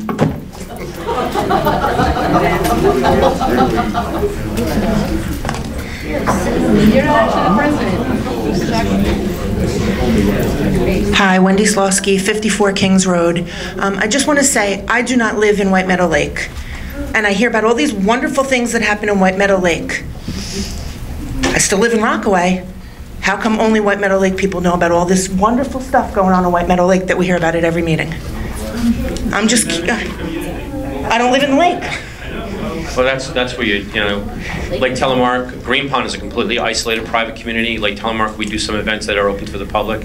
White Meadow Lake, right? You guys do. When stuff is open to the public, is there a way to have it broadcast a little bit more? I believe the newspapers, they do advertise that. I don't get those. Council President, I believe that when groups and citizens have events, those can be submitted for the township calendar if they have a wide enough audience. They can, on Facebook pages and stuff like that. I mean, is there a specific thing that you have an interest in that you would like to be involved with? The two things that just went on this past week, I would have been happy to attend both of them. Well, it is on social media. Are you on Facebook? I am on Facebook, but I didn't see anything. You know what? If you can maybe talk to Mrs. Degman and you can get on their Facebook page with there's White Meadow Lake Matters, there's White Meadow Lake, there's Lake Telemark. I had put on the Okay, I missed it. Lifesaver. Pat reached out to me. Are you on the Township's Facebook page? Oh, I am. It was on there. I mean. All right, I missed it. I apologize. Yeah, but I know that the mayor and Mrs. Seeger, they do that pretty frequently. Okay, yeah, I know Mayor Puzio posts a lot of stuff. I just saw nothing about any of that. Thank you. You're welcome. Thank you. All right. What's that? All right, you guys. Can I close the open to the public portion, everybody? Clap, please. At this time, we're closed to the public. Let me get my agenda here. You know what? Can we just take a...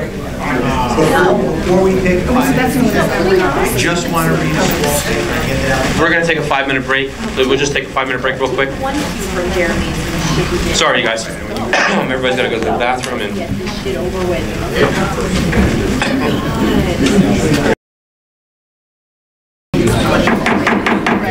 We're going to be on the record. It is 10:47.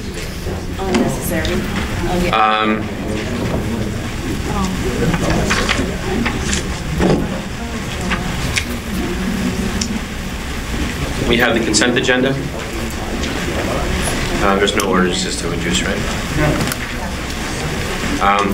We got the consent agenda is resolutions R1937, R1938, R1940, R1941, R1942, R1943, R1944, R1945, R1946, R1947, R1948, and that would be the consent agenda.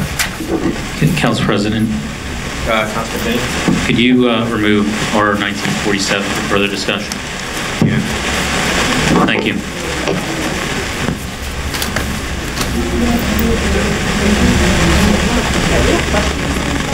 Okay.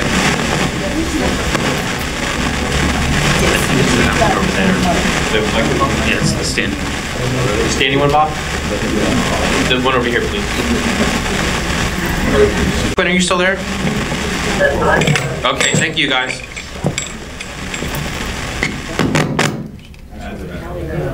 Thank you, Bob.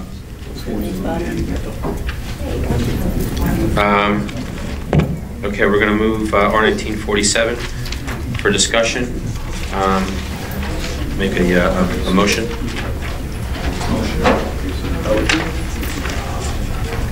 Motion made by Mr. Jackson. Mr. Quinn, right? Is that what you said? Yeah, Mr. Quinn for a second. Yeah. This is the adopted, yes, I'm sorry, to adopt the consent agenda. And we removed R1947 for discussion.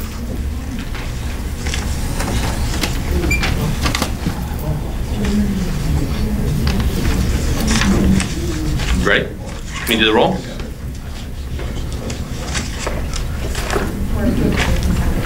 Yes. Except 47. Yeah, we pulled that for discussion, sir. Yeah. I'm sorry. Councilmember Quinn? Yes. Councilmember Friedlander? Yes. Councilmember Jedynak? Yes. Councilmember Palumbo? Yes. Councilmember Smith? Yes. Councilmember Sackett? Yes. Councilmember Jackson? Yes. Vice President Abrahamson? Yes.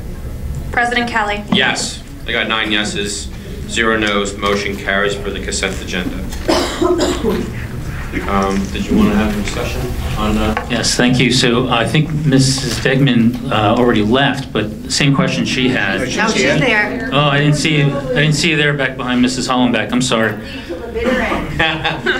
So that sounds like a lot of us, but the same question she had. I mean, this is the first that I had heard anything about Rockaway Day is finding it on the agenda and the information that we got, which is the same as what the public got. So perhaps the administration could present this resolution to us and explain this. This resolution was prepared to pick a date at the request of the Recreation Advisory Planning Committee that they would like to declare this day so they can start finalizing plans. They don't want to move forward and plan the day without picking a date, getting it on the calendar to let everybody know, and then the plans will come together and they'll notify us and keep us informed as the plans are made. And the date currently? Is June 8th, 2019. Rockaway Township. We will change that. So to the It's September. Yes, they do, and they also have the boroughs is mid-September. It's mid-September for the last couple of years. I checked it. Yeah, there's an ad, we saw the advertising on. Yes. Yep. So we would like to get this date out early, so we put it on the calendar, and the planning will happen, and everybody will be informed as the plans go. And I am sure that the committee will take Mrs. Degnan to help on that committee. So Right, I think Mr. Sackett? I think that having a day is a great idea. I think the timing of this is a little concerning, given that we haven't done a day in how many years, a decade plus. Mr. Sackett tried to organize something last year, had a tough time, uphill, didn't end up happening. Our neighbors in the borough do it in mid-September. We're looking at June 8th. The actual date, as Council President Kelly mentioned earlier, of Rockaway's incorporation is April 8th, so we're 2 months off. But June 8th is when people go away for the summer. People aren't around. That's exactly. Yeah, but a lot of people start going away who might otherwise be here. That's the date we actually picked before school got Excuse on. me, can I finish? Can I finish my comment? Can I? Yeah. So, yeah, I'll come back to me. So maybe I'll remember by the time Mrs. Smith is done. You go ahead, you're talking about Vendor Day, Rockaway Day. I'm talking about the Rockaway Borough Firemen's celebration.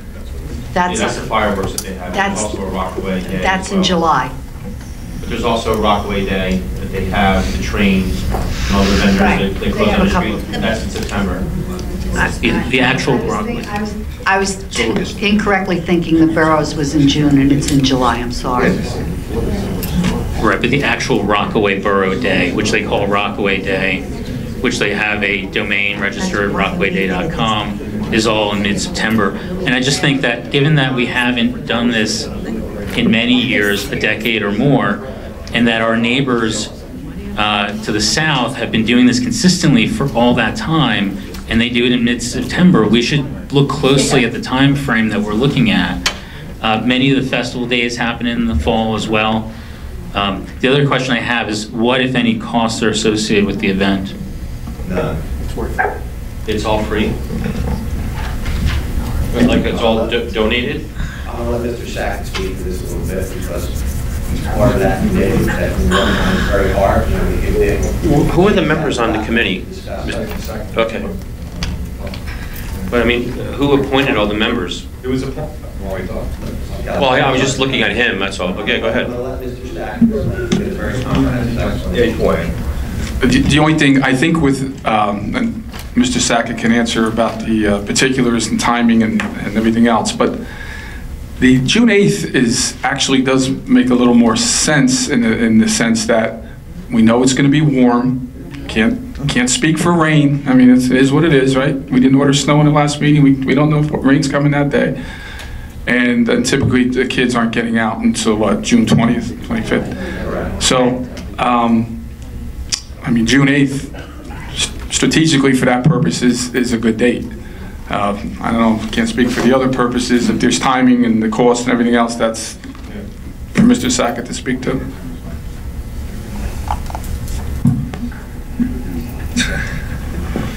At the Council President, at the reorganization meeting, the mayor appointed the Parks and Recreation Committee, and one of our duties is to work on the Rockaway Day and 175th anniversary. There's been a lot of people, I've seen it on social media, wanting to do something for the 175th anniversary, which is April 8th, as you know.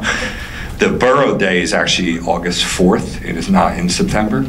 So with this date, June 8th, we thought it'd be a great day before families leave. Children are still around. It's not too hot. July, August, a lot of people are away. And we've been, we've met our committee. You can look up from the meeting from January 7th. All the members are right on there. And if Mrs. Degnan wanted to come to our next meeting, she's more than welcome. They're open. It'll be a great day. It's not costing the town any money. It'll be at Peterson Field on a Saturday, all-day event from 11 a.m. till 9:30 at night. And it'll be a good fundraiser for the town. We'll be doing a collection that day for the Rockaway Food Pantry, and it's to be a great day for everyone.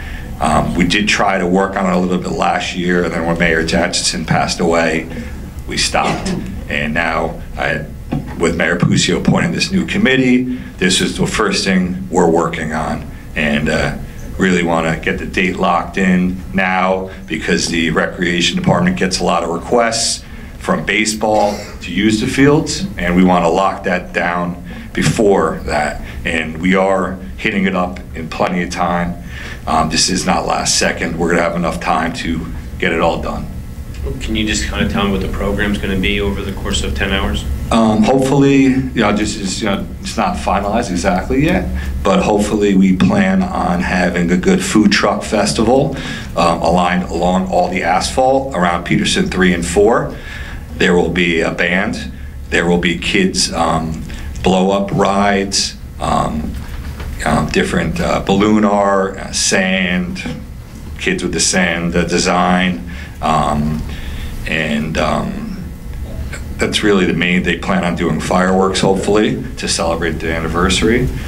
Those aren't exactly 100% finalized yet. We just want to get the date on the calendar. Well, the fireworks that we've been dealing with, and it goes by minutes. Yeah. Mrs. Degman can probably assist a little bit with it, because we use the same firework company. Do you still use Dave and Skip for fireworks, Mrs. Degman? Yeah. You do, right? We have a smaller show. Ours are like 10 to 11 minutes, and it's roughly $5 to $6 grand. Is this something you're going to get donated? Yeah, this with a vendor we plan. Hopefully, we work on. They will be handling all that. They will be handling all the expenses, and the town will get half the money back. So we're not going to be spending any money. So the vendor for the truck festival, which is common, where they give you a percentage of correct how many heads that are there, but you're assuming that, I mean, there's prepayments for fireworks. You give them money in advance, and some of these other ones. Mm-hmm. Do we have a deposit amount that we have to give in advance? We're not working on it. It's not all worked out. Yeah, it's not all worked out. We're working on it. We're just, like I said, trying to get the date, and then as soon as we get it finalized, hopefully real soon, then we can give you the exact details and go from there. But we just want to get the date on there. We can't do anything until we have the date. We got to reserve Peterson, before the Little League wants it. We have to get the date on the calendar, and That's it. That's really it. We want to get everybody Council President Kelly. Sorry, just in case. Just the date. Is there a reason why we don't do it on Memorial Day? Combine it, because we have That's a big time. a parade later in the afternoon, you have the overtime of employees and police officers, and you're going to be doing that back to back. This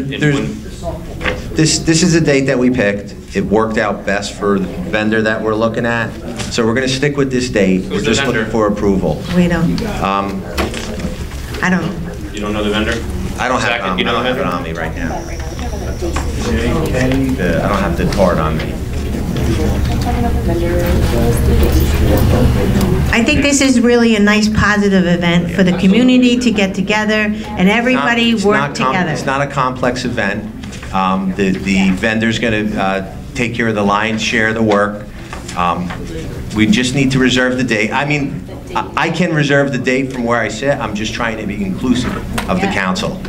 Say that again, Mayor? I think it'll be a great I can day. reserve the date from where I sit. There's no expenditures that are going to be taking place from the town. I'm trying to include the entire council on this. It's a good thing for the town.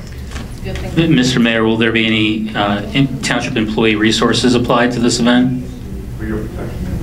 Overtime, police officers, personnel. Sorry. I don't anticipate much. So do we have a dollar amount? We're still in the... No, sir, we're in the planning stages. We are in the planning stages. You just don't work. I just need to lock June 8th in. So here's the issue, Council President, if I could. We have before us a resolution which says, number one... Mrs. Degman, Mr. Schmidt, please. We can hear you pretty good over there. So we have a resolution, or 1947, the actual text of which, under the resolve section, says, number one, June 8, 2019 will be and shall be hereby declared to be Rockaway Day in Rockaway Township. Okay, so we have a request for an amendment to call it Rockaway Township Day. And presumably, if the date's fine with everybody, the date's the date. Number two says the mayor and administrative staff, along with the Parks and Recreation Advisory Committee, are hereby authorized to take all steps necessary to effect the purposes of this resolution. That sounds like a blank check under number two. So I don't have an issue with number one if we're good with the date, but number two I think should be amended to be removed so that once costs are known and a plan is assembled, you can come back to us with the spending plan and we can approve that. Okay, listen. I think what is meant by number two is that you give them the okay to move forward with planning the event. That's all that is. It doesn't say to spend money. Then let's modify it to say that. Well, modify what? It doesn't say anything about spending. It says all steps necessary to effectuate the purposes of. Which the purpose is declaring the day and the committee to go ahead and plan. So that's all that says. So if there's any related spending, use of employees for this, you're going to come back to us for that authorization. I think the mayor can authorize the employees to do it if they stay within the budget and they're... Said that we're not spending any money. What budget exactly? You asked me about personnel. The event is not going to cost any money. I don't anticipate the event to cost any money. I anticipate it to be a fundraiser. If you're using... Hold on. I anticipated that it's going to generate income for the town, for the recreation department. That's the anticipation from the event. Whether there are collateral costs, a police officer like the 7 that we have here right now, or some DPW workers to do some cleanup, that's what I anticipate. Nominal, if any. Certainly with under my purview as mayor to authorize. I brought this event to this council tonight to include you, all of you, on something positive. I don't need your authorization. I don't need anyone up here.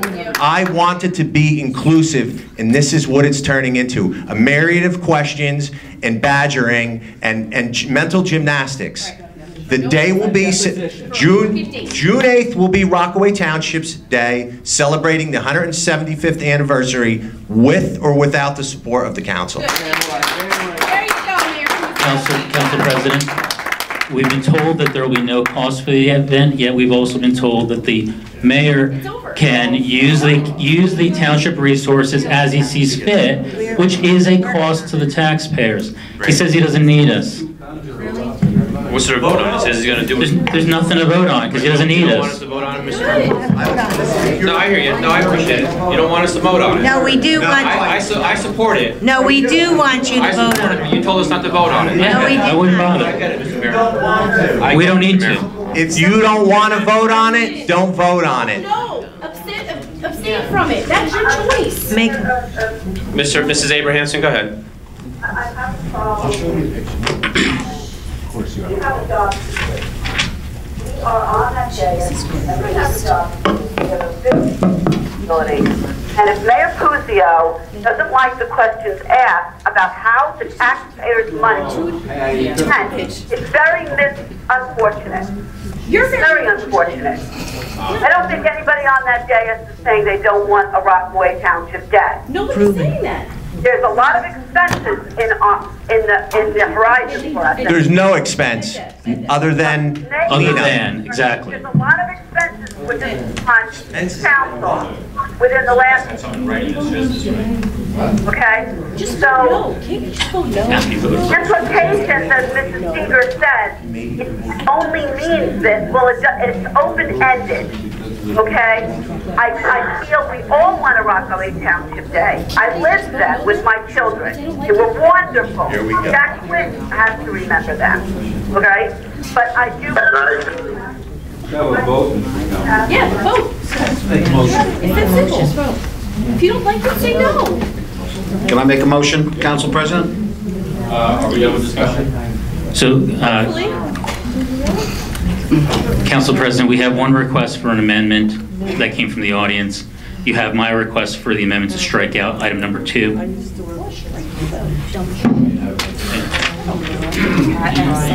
John, since you seconded as putting it in there that it's not going to cost any money, that there's no going to be any. No, I'm asking you a question. I'm not asking what you were told. I'm asking you.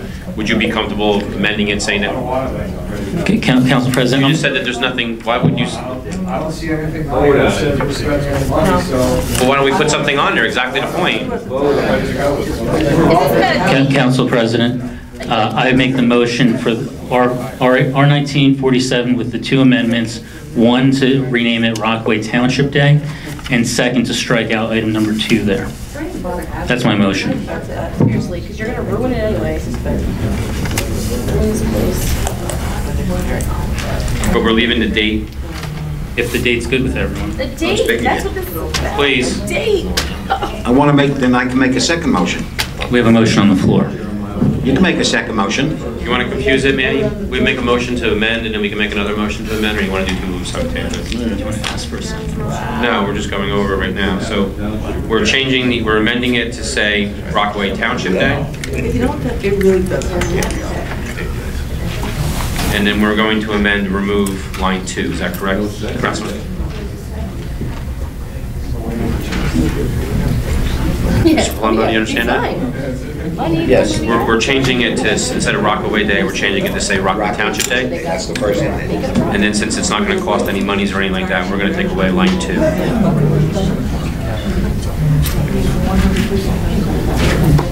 Yeah. They'd be fighting for it like this is the best thing. We need this unity. We need to come together. Okay.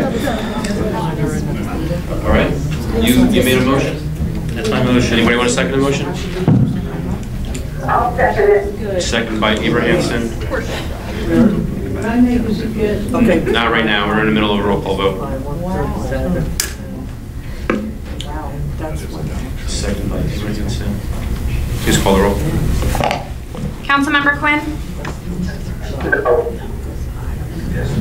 Councilmember Friedlander?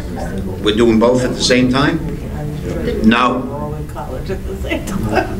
Councilmember Jedynak? Yes. Councilmember Palumbo? No. Councilmember Smith? No. Councilmember Sackett? No. Councilmember Jackson? No. Vice President Abrahamson? Yes. President Kelly? Yes. Make my motion. We have 1, 2, 3, 4 no's, and we have 3 no's. 4, 5, 6, 3 no's. 6 no's, 3 yes. Motion Fails. is not carried. Okay, now Go ahead. the resolution as it is written, but with the exception of changing Rockaway Day to Rockaway Township Day. The second Make it a part. little bit clearer. Okay, I'll make a motion. Mike went off. Oh, I hit it. I turned it off. First part, change Rockaway Day to Rockaway Township Day. And the second part, as written and stated in the original resolution. Second. We have a motion made by Mr. Freelander and second by Zach. John, did you second it? And any discussion? Council President, my concerns is that this gives a blank check to the administration, and the mayor has already said he doesn't need the council to spend township resources in the form of labor of township employees. Thank you. Anybody else? Mr. Freelander, anything else? Okay. I said my piece. You did. I just want to make sure that I'm writing this down correctly. The motion, Just to change Rockaway to Well, we have to Rockaway change Township. Rockaway Township. Excuse me, Mr. Freelander. Okay. We're changing it to Rockaway Township Day. That's it, line 1. Everything else will stay the same. Okay. That's the only amendment, correct, Mr. Freelander? That's correct. so this is Council just to President. amend it. Just to amend the name difference from Rockaway Day to Rockaway Township Day.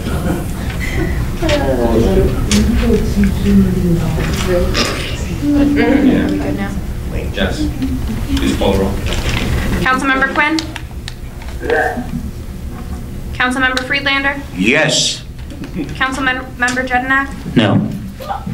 Let's get a dunk tank. Councilmember Palumbo? Yes.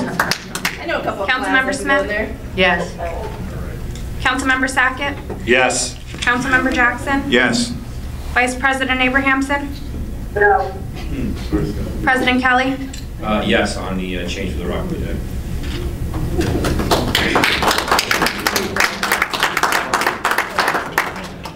So we have 2 no's, 7 yeses. Now you got to vote on it. Mr. Council President. Yes. I will vote, I wanted to say, I'll vote yes for the change of the day, the amended day. That's what we were voting on. We were voting on the resolution as a whole. Oh, I'm sorry. Not that we need to do this, because Mayor Puzio is going to change it, or do it anyways, he said. He made the motion to... So then just be done with it. No, he made the motion with What's that? the... Immature. No, it wasn't. That was for the whole thing. No, it wasn't. I heard him say that Do I make a motion again? Make a motion again? Okay. I make a motion to change the first part. Then I'll make, let's make a motion to vote. Second. We can just hold on a second, because you guys are getting real confused over there, we're talking and whatnot. A little late. You made a motion to amend it to Rockaway Township Day from Rockaway Day. Jonathan then seconded that motion for that change. We voted on that change, and there were 2 no's and 7 yeses to amend the resolution. So the resolution now is amended to say Rockaway Township Day in line 1, and there was no other amendments that were there from what you had requested. Right?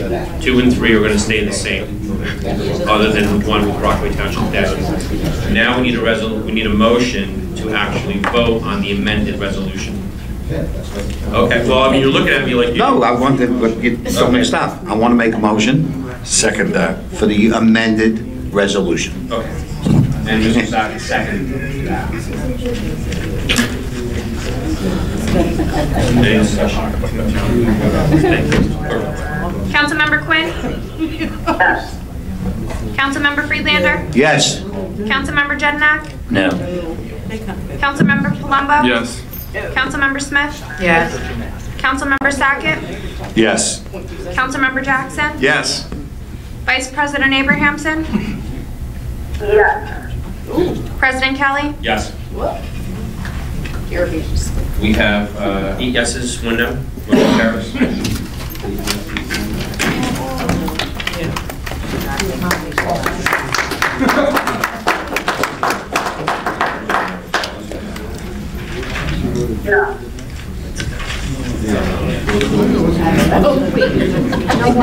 I don't know. She doesn't know. Yeah. Number 12, we have council appointments. Council President, I'd like to move all the council appointments as one item. Anyone have any issues? I'll second it. Moved by Jedynak, seconded by Mrs. Smith. And we're going to move all A, B, and C. I'm just going to read the names. Correct. Up to you. I'm just going to read firefighters would be John Rapios, Nicholas Layasco Jr., and Mario LaFogoria. I'm sorry? Forgia. Forgia? I'm sorry, thank you. Ian Assenby, Nicholas Layasco Jr., and Mario LaFloria, and Gina Diasis? Yeah, sorry, and I apologize tenfold. And for the Financial Review Board, I have Mr. Dio, who's going to fill the unexpired 3-year term, and I'm going to have Mr. Mark Schiffer to fill the unexpired 4-year term ending on 12/31/2021. Yeah, motion and second, please. Do I have to make a motion just to call it all at once and then make a motion for that? Okay. So then we can just do a roll call. Clerk? Councilmember Quinn? Yes. Councilmember Friedlander? Yes. Councilmember Jedynak? Yes. Councilmember Palumbo? Yes. Councilmember Smith? Yes. Councilmember Sackett? Yes. Councilmember Jackson? Yes. Vice President Abrahamson? Yes. President Kelly? Yes. 9 yeses, motion carries. We have old business. I don't know if anybody has any old business they want to bring up. Nobody? I have just one quick thing that I wanted to address. Mrs. Ferrante. If you recall, I had sent an email to the mayor requesting a report with regard to 28 Crescent Ridge. That matters in and I did that in litigation. I just want you to know. And I did that under 4069A 37.1. It's the second paragraph of that. And litigation. At any council member at any time require a report of any aspect of the government or municipality by making a written request to the mayor. I had done that. I haven't received any response to that. Excuse me, Mr. Mayor. And I was just wondering if there's been a report completed and when would I expect it to be delivered? There will be no report. It's a subject to litigation. Once the litigation is over with, we'll speak about it. This was something that was created prior to any litigation, so it wouldn't be... Doesn't matter. We're not going to be speaking about it tonight. Well, you're not going to get an answer tonight. Okay. You refuse to give me an answer on my legislative powers on that? Mr. Puzio? Mayor Puzio? You have my answer. Okay. That's it for Council President, since you have under old business, reports have been requested and unfulfilled.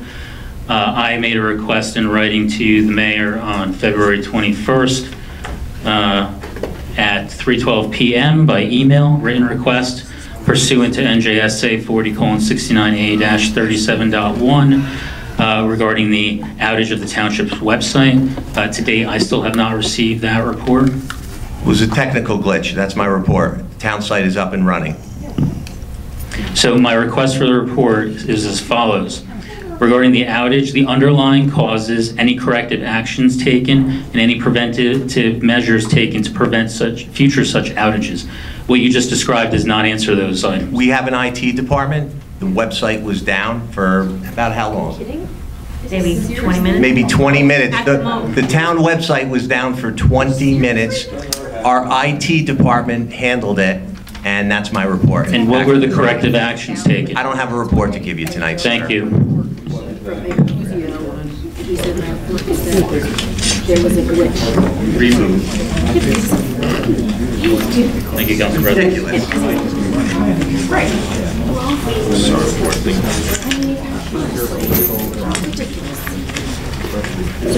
We have time to get reports when we're working on budgets. It's a simple matter. We have time to do that. It's not going to waste the administration's time. Absolutely.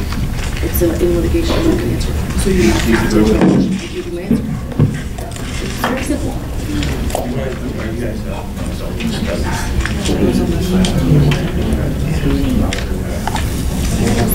we carry the new business, the discussion of 1907 and 1908 to the next meeting? It's getting late. It's getting late. You know what? No.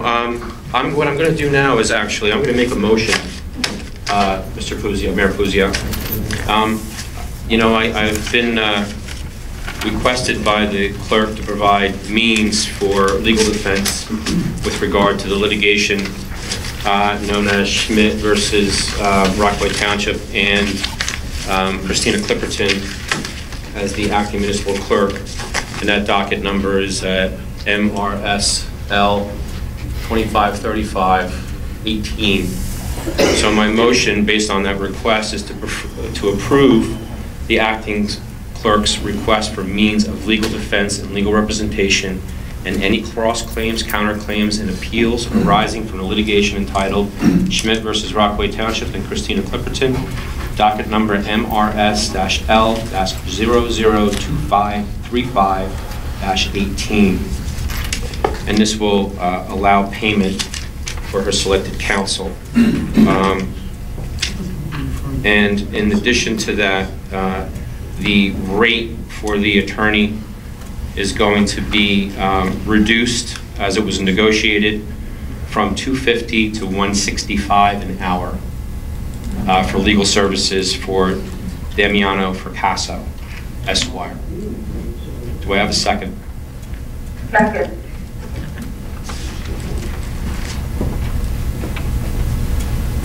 Second by Abrahamson.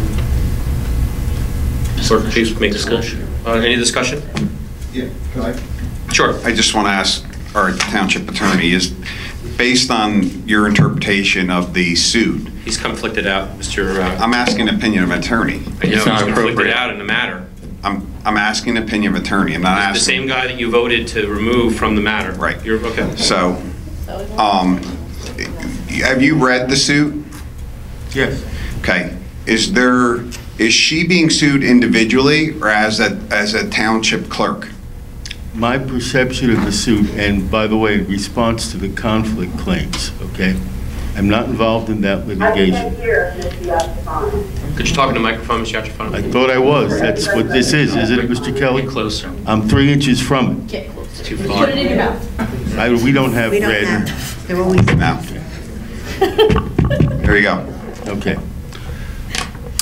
Let's distinguish the conflict issue. You are asking me a question about the abilities and powers of this council, okay, as distinct from providing advice or opinion. The question was if the clerk actually is being sued individually in her capacity or as an acting clerk. My impression of the lawsuit is that the clerk has been sued in her official capacity as records custodian.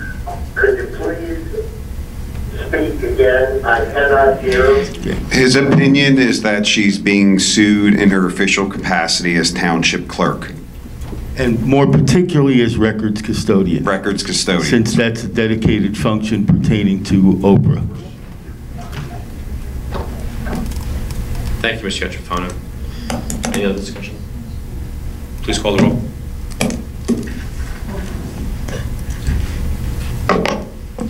Councilmember Quinn? No. Councilmember Friedlander? No. Councilmember Jedynak? Yes. Councilmember Palumbo? Yes. Councilmember Smith? Yes. Councilmember Sackett? No. Councilmember Jackson? No. Vice President Abrahamson? Yes.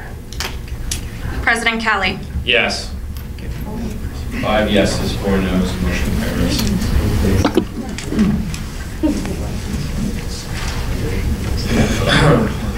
I have another motion. I have a motion to appoint the law firm of Derringer and Associates pursuant to Township Code 2-7.2 to represent and defend the Township Council and Council President Kelly for cross-claims, counterclaims, and appeals arising from the litigation entitled Puzio versus Rockaway Township Council, docket number MRS-L-378-19, at an hourly rate of $165 an hour and to not exceed $20,000, I'm sorry, not to exceed $17,500 with all necessary related procurement paperwork to be processed by the administration. Do I have a second? Second. Council member, Council President. Yes, Mr. Quinn. Yes. I would like to have the minority council separated from that because we do not agree with the agreement of we didn't see this lawyer, we didn't interview him, and we don't agree with when you say we, when you say we, Mr. Quinn, have you already had this conversation with other members? You were talking about Rockaway business with other council members? Mr. Quinn? President Kelly, I am speaking on behalf of myself. Okay. That I am looking for the minority to join me in getting own attorneys. So you're going to, would it be? I don't believe this attorney will do anything in our best interest. You've already had a conversation with them, and evidently your group has. No. Council President, we have a motion. We have a motion before. You have a motion, Mr. Quinn. Is there if Councilmember Quinn wants to make another motion after this one, he has the ability to do that. And you could always conflict yourself out, Mr. Quinn. I mean, you've actually entertained the lawsuit with Mr. Puzio that you've actually had some written documentation stating the same. So you may even just be conflicted out. So I don't know if it would even be any wasted effort on your behalf from what you've posted. So I understand your concerns. Is there anything else you'd like to add? Okay. Okay. Any other discussion? No. Council President Kelly. Yes. For the record, I have not spoken to any of these attorneys. I know we were warned by what that was thrown upon me, and I thank you for doing this. You know, Mr. Quinn, are you still there? I'm here. Yeah. Did you ever reach out to the town attorney, Mr. Yatrafano, regarding this matter? My question to you, when did you reach out to this attorney and what committee was formed from the council to represent this group? Well, we have an attorney review committee that was created a while ago, as you recall. I believe Mr. Jackson would be conflicted out because the mayor hired his wife and the administration for his department. It's your wife. She works for the mayor. Okay. If you feel you're not in conflict, that's fine. But we selected the individual that we have here, and then moving forward, myself, Mr. Jackson. And if you don't want to be a part of that representation, you don't have to. So with that being said, clerk, please call the roll. Councilmember Quinn? No. Councilmember Friedlander? No. Councilmember Jedynak? Yes. Councilmember Palumbo? Yes. Councilmember Smith? Yes. Councilmember Sackett? No. Councilmember Jackson? No. Vice President Abrahamson? Yes. President Kelly? Yes. We have 4 noes, 5 yeses. Council President, I probably should have made this comment during the discussion portion, but the public needs to know that the council has been served with a lawsuit by the mayor. We have an order to show cause. We have to be in court with representation sometime soon. That's how orders to show cause work. So thank you, Council President Kelly, for identifying an attorney to represent the interests of the taxpayers of Rockaway Township and the council. Thank you. With that being said, I'm going to move the agenda real quick. Wait, we want to make a second motion. President, I asked for a motion for the minority to hire their own counsel. Well, do you have a member of the council that you want to do with the rate and everything else, Mr. Quinn? I'll second it. No, I don't. We have to put together a committee. Well, when you do that, then bring it before the council and we'll vote on it. With that being said, I'm going to move the meeting out to closed session. I'm going to Mr. Council President. Closed session A. Mr. Council President. R19-49, resolution authorizing. Mr. Council President. In the middle of reading. Well, I was trying to get you before you started reading. Why aren't you allowing the motion? What motion? He doesn't have a motion for representation. Yeah, then I'll make a motion. What's your hourly rate and representation in a firm? Don't have to have one right now. Excuse me, can I say something? Sure. You're denying representation for the council, so now you want to have 2 representations for the council to pay 2 attorneys for a lawsuit that was filed against us at the taxpayer's dime. That's right. We're still entitled to attorneys too, just like you. If we don't agree with you, I'm not going to be, I don't want an attorney to defend me. Just under 272, the ordinance, you can do that. Okay, we'll do it the next time. There's nothing that you have, but I mean, I can see if you had an attorney selected, you had an hourly rate, you had a firm, you don't even know the docket number, you probably even haven't read the complaint. Wow. And then you want to have an attorney. You know what? Can I move Yes, forward? we all got copies of it. We read it? We all got copies. And you haven't got, Don't tell me about complaints. Have you reached out to counsel? Just read for closed session. Tidy into I it. want to amend closed session. It's our resolution R19-49. This resolution authorizing any executive closed session in accordance with the New Jersey Open Public Meeting Act, NJSA 10:4-6, ET sequel, to discuss potential anticipated litigation known as MRS-L-0378-19, Mayor Puzio versus Rockaway Township and Council President Tucker Kelly. I anticipate it to be 30 minutes or less. I anticipate the records to be, I'm in the middle of reading the motion. Wait, can we say one No. thing before No. we close session? Seriously? We're out, man. You're not gonna let me talk. We're done. We're done. Have you finished? We're done. I seconded that motion. I just wanted to finish it so we're clear that the records would be anticipated to be open to the public within 120 days. I have a second for that. You have a second. Yeah, it's probably By Jedynak. Councilmember Quinn? Mr. Quinn, this is to amend. It's okay. Councilmember Friedlander? Yes. Councilmember Jedynak? Yes. Councilmember Palumbo? Yes. Councilmember Smith? Yes. Councilmember Sackett? Going into closed session regarding the litigation. That's it. To amend it. Yes. It was to amend. To amend the resolution. I'm sorry, amend the resolution. Yes. Councilmember Jackson? Yes. Vice President Abrahamson? President Kelly? Yes.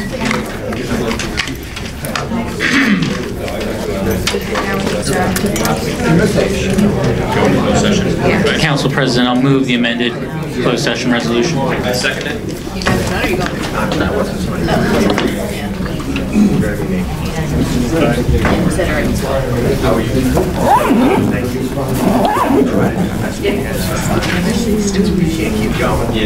Councilmember Quinn? To go into. Sorry, the amended resolution. I'm sorry, Councilmember Quinn? Councilmember Friedlander? Yes. Councilmember Jedynak? Yes. Councilmember Palumbo? Councilmember Smith? Yes. Councilmember Sackett? Yes. Councilmember Jackson? Yes. Vice President Abrahamson? President Kelly? Yes. 9 yeses, 1 absent. Doing a recess to go into closed. We could go into the, no, we're going to go into the other room. I think it'd be easier. So we have to just say that we're recessing to We're going to recess to go into the prosecutor's conference room. Everybody's leaving. Yeah, how are we going to talk to them in there? That's Oh, what they're yeah, you concerned know what? about. Unfortunately, because we have 2 that are on the telephone, we don't have access to a phone that can do what we can do. We can make calls out of that phone, but we can't do. then we're saying. So if everybody can just leave for the moment, and we'll meet you back in here soon. Do a recess to let them go. Yeah, we'll just take a 5-minute recess. On the record, Jonathan Gillette. It's 12:26. Council President, it appears that council members Sackett and Jackson have not returned from closed session. I'm sorry, returned to the open session. Mr. Freelander has joined us. And Mr. Quinn's gone. 30. And Council President, in the interest of time, I'd like to take items A and B under new business, which we skipped over, to deal with other business. The 2 ordinance drafts, if we could please have them deferred to the next meeting as old business on the agenda. We can do that. We need to make a vote on that. No, they were only on for discussion anyway, so they weren't on for a vote anyway. Okay, so we'll put that on for old business at the next council, which is 312. Yeah. I do have one other item though, if I may. Go ahead. Back in 2017, the council passed resolution R17-157 and R-17-158. 157 appointed a qualified purchasing agent for the township, which is what many towns are doing. And 158 is a resolution that increases the bid threshold, which you can only do once you have a qualified purchasing agent in place. So if you have a QPA, you can increase your bid threshold from what it would otherwise be $17,500 up to $40,000. Yes, and in fact, there's a local finance notice. I have a copy of it with me. It's local finance notice 2015-18, dated September 18, 2015, which states the bid thresholds, local purchasing unit that doesn't have a QPA is at $17,500. Those that have a QPA and meet some other standards can increase it to $29,000 or then to $40,000, which is the top. Can. In fact, page 1 of this local finance notice says contracting units still have the option to set their bid thresholds at a lower amount. Page 2 then has the table with the thresholds and then goes on to immediately say, please note that the political contribution threshold pay to play of $17,500 remains in place. All procurements over $17,500 and less than the agency's new higher bid threshold window contracts are subject to those laws. So the reason I raise this is that I would like to make the following motion. To rescind resolution R-17-158 and to reduce the Rockaway Township bid threshold accordingly to $17,500, and to direct the clerk's office to send a letter with a copy of this motion to the director of the Division of Local Government Services to inform them of same.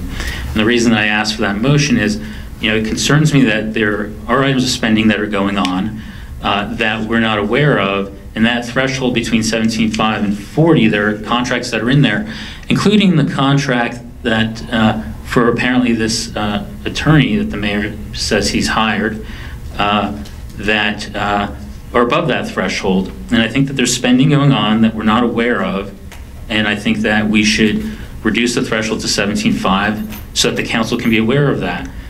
We hadn't gotten a budget as the code states by the January 15th deadline, and we ended up today, unbeknownst to us, showing up and finding suddenly a budget book. And I don't know that any other council members knew that it was arriving today. I didn't see any emails about it when I walked in. We didn't have the opportunity to even schedule a presentation for this tonight. So I'm concerned that we don't have the ability to take a close look at spending that's ongoing and unbeknownst to us. And for that reason, I make that motion. So are you doing 2 motions, or are you doing It's one single motion, Council President. Do we need to do 2? No, it's one single motion to rescind the resolution, it's a compound motion. To rescind resolution R-17-158 and to reduce the Rockaway Township bid threshold accordingly to $17,500 and to direct the clerk's office to send a letter with a copy of this motion to the Director of Division of Local Government Services to inform them of same. And the reason I asked for that last item is that the original resolution R-17-158 included in its body such a letter informing the DLGS about it. So if we're rescinding it, we should send them a letter accordingly as well. Do you have that down? Do you need that, a copy of what you... The motion was to rescind. The motion was to Here it is. rescind There it is. resolution. Thank you. You can keep that. My handwritten motion. I'll email you if I can't make it out. Okay. Does anybody have any questions? Mr. Freelander, do you have any questions? Don't you think we should get a little bit more information before we start doing something like this? Well, the whole point is to get information. That's what this will do. This will give us information that we don't have today. Oh, yeah. I don't think so. If I could ask a question, Go ahead, Mrs. Abrahamson. Sorry, so it's basically just to put a number on spending, and just so that we can be informed of any spending that would exceed that number. Is that how I'm understanding? Council Vice President, so the current threshold because of R-17-158 is 40,000. Yeah. Anything under 40,000 we don't currently see. The local finance notice and the rescinding of that resolution will reduce that threshold to 17.5 so that we will see all the things that we are not currently seeing down to that 17.5. Right, that's okay. So now we'll have more knowledge of what's being spent if it gets to that 17.5. Yes, we will see anything over 17.5 rather than seeing things Okay, I only over 40. understand. Thank you. Mr. Freelander, do you have any more questions from Nat? In other words, I understand. You want to reduce the threshold from $40,000 to $17,500. but for the reason Plain and being, simple. I understand the reason.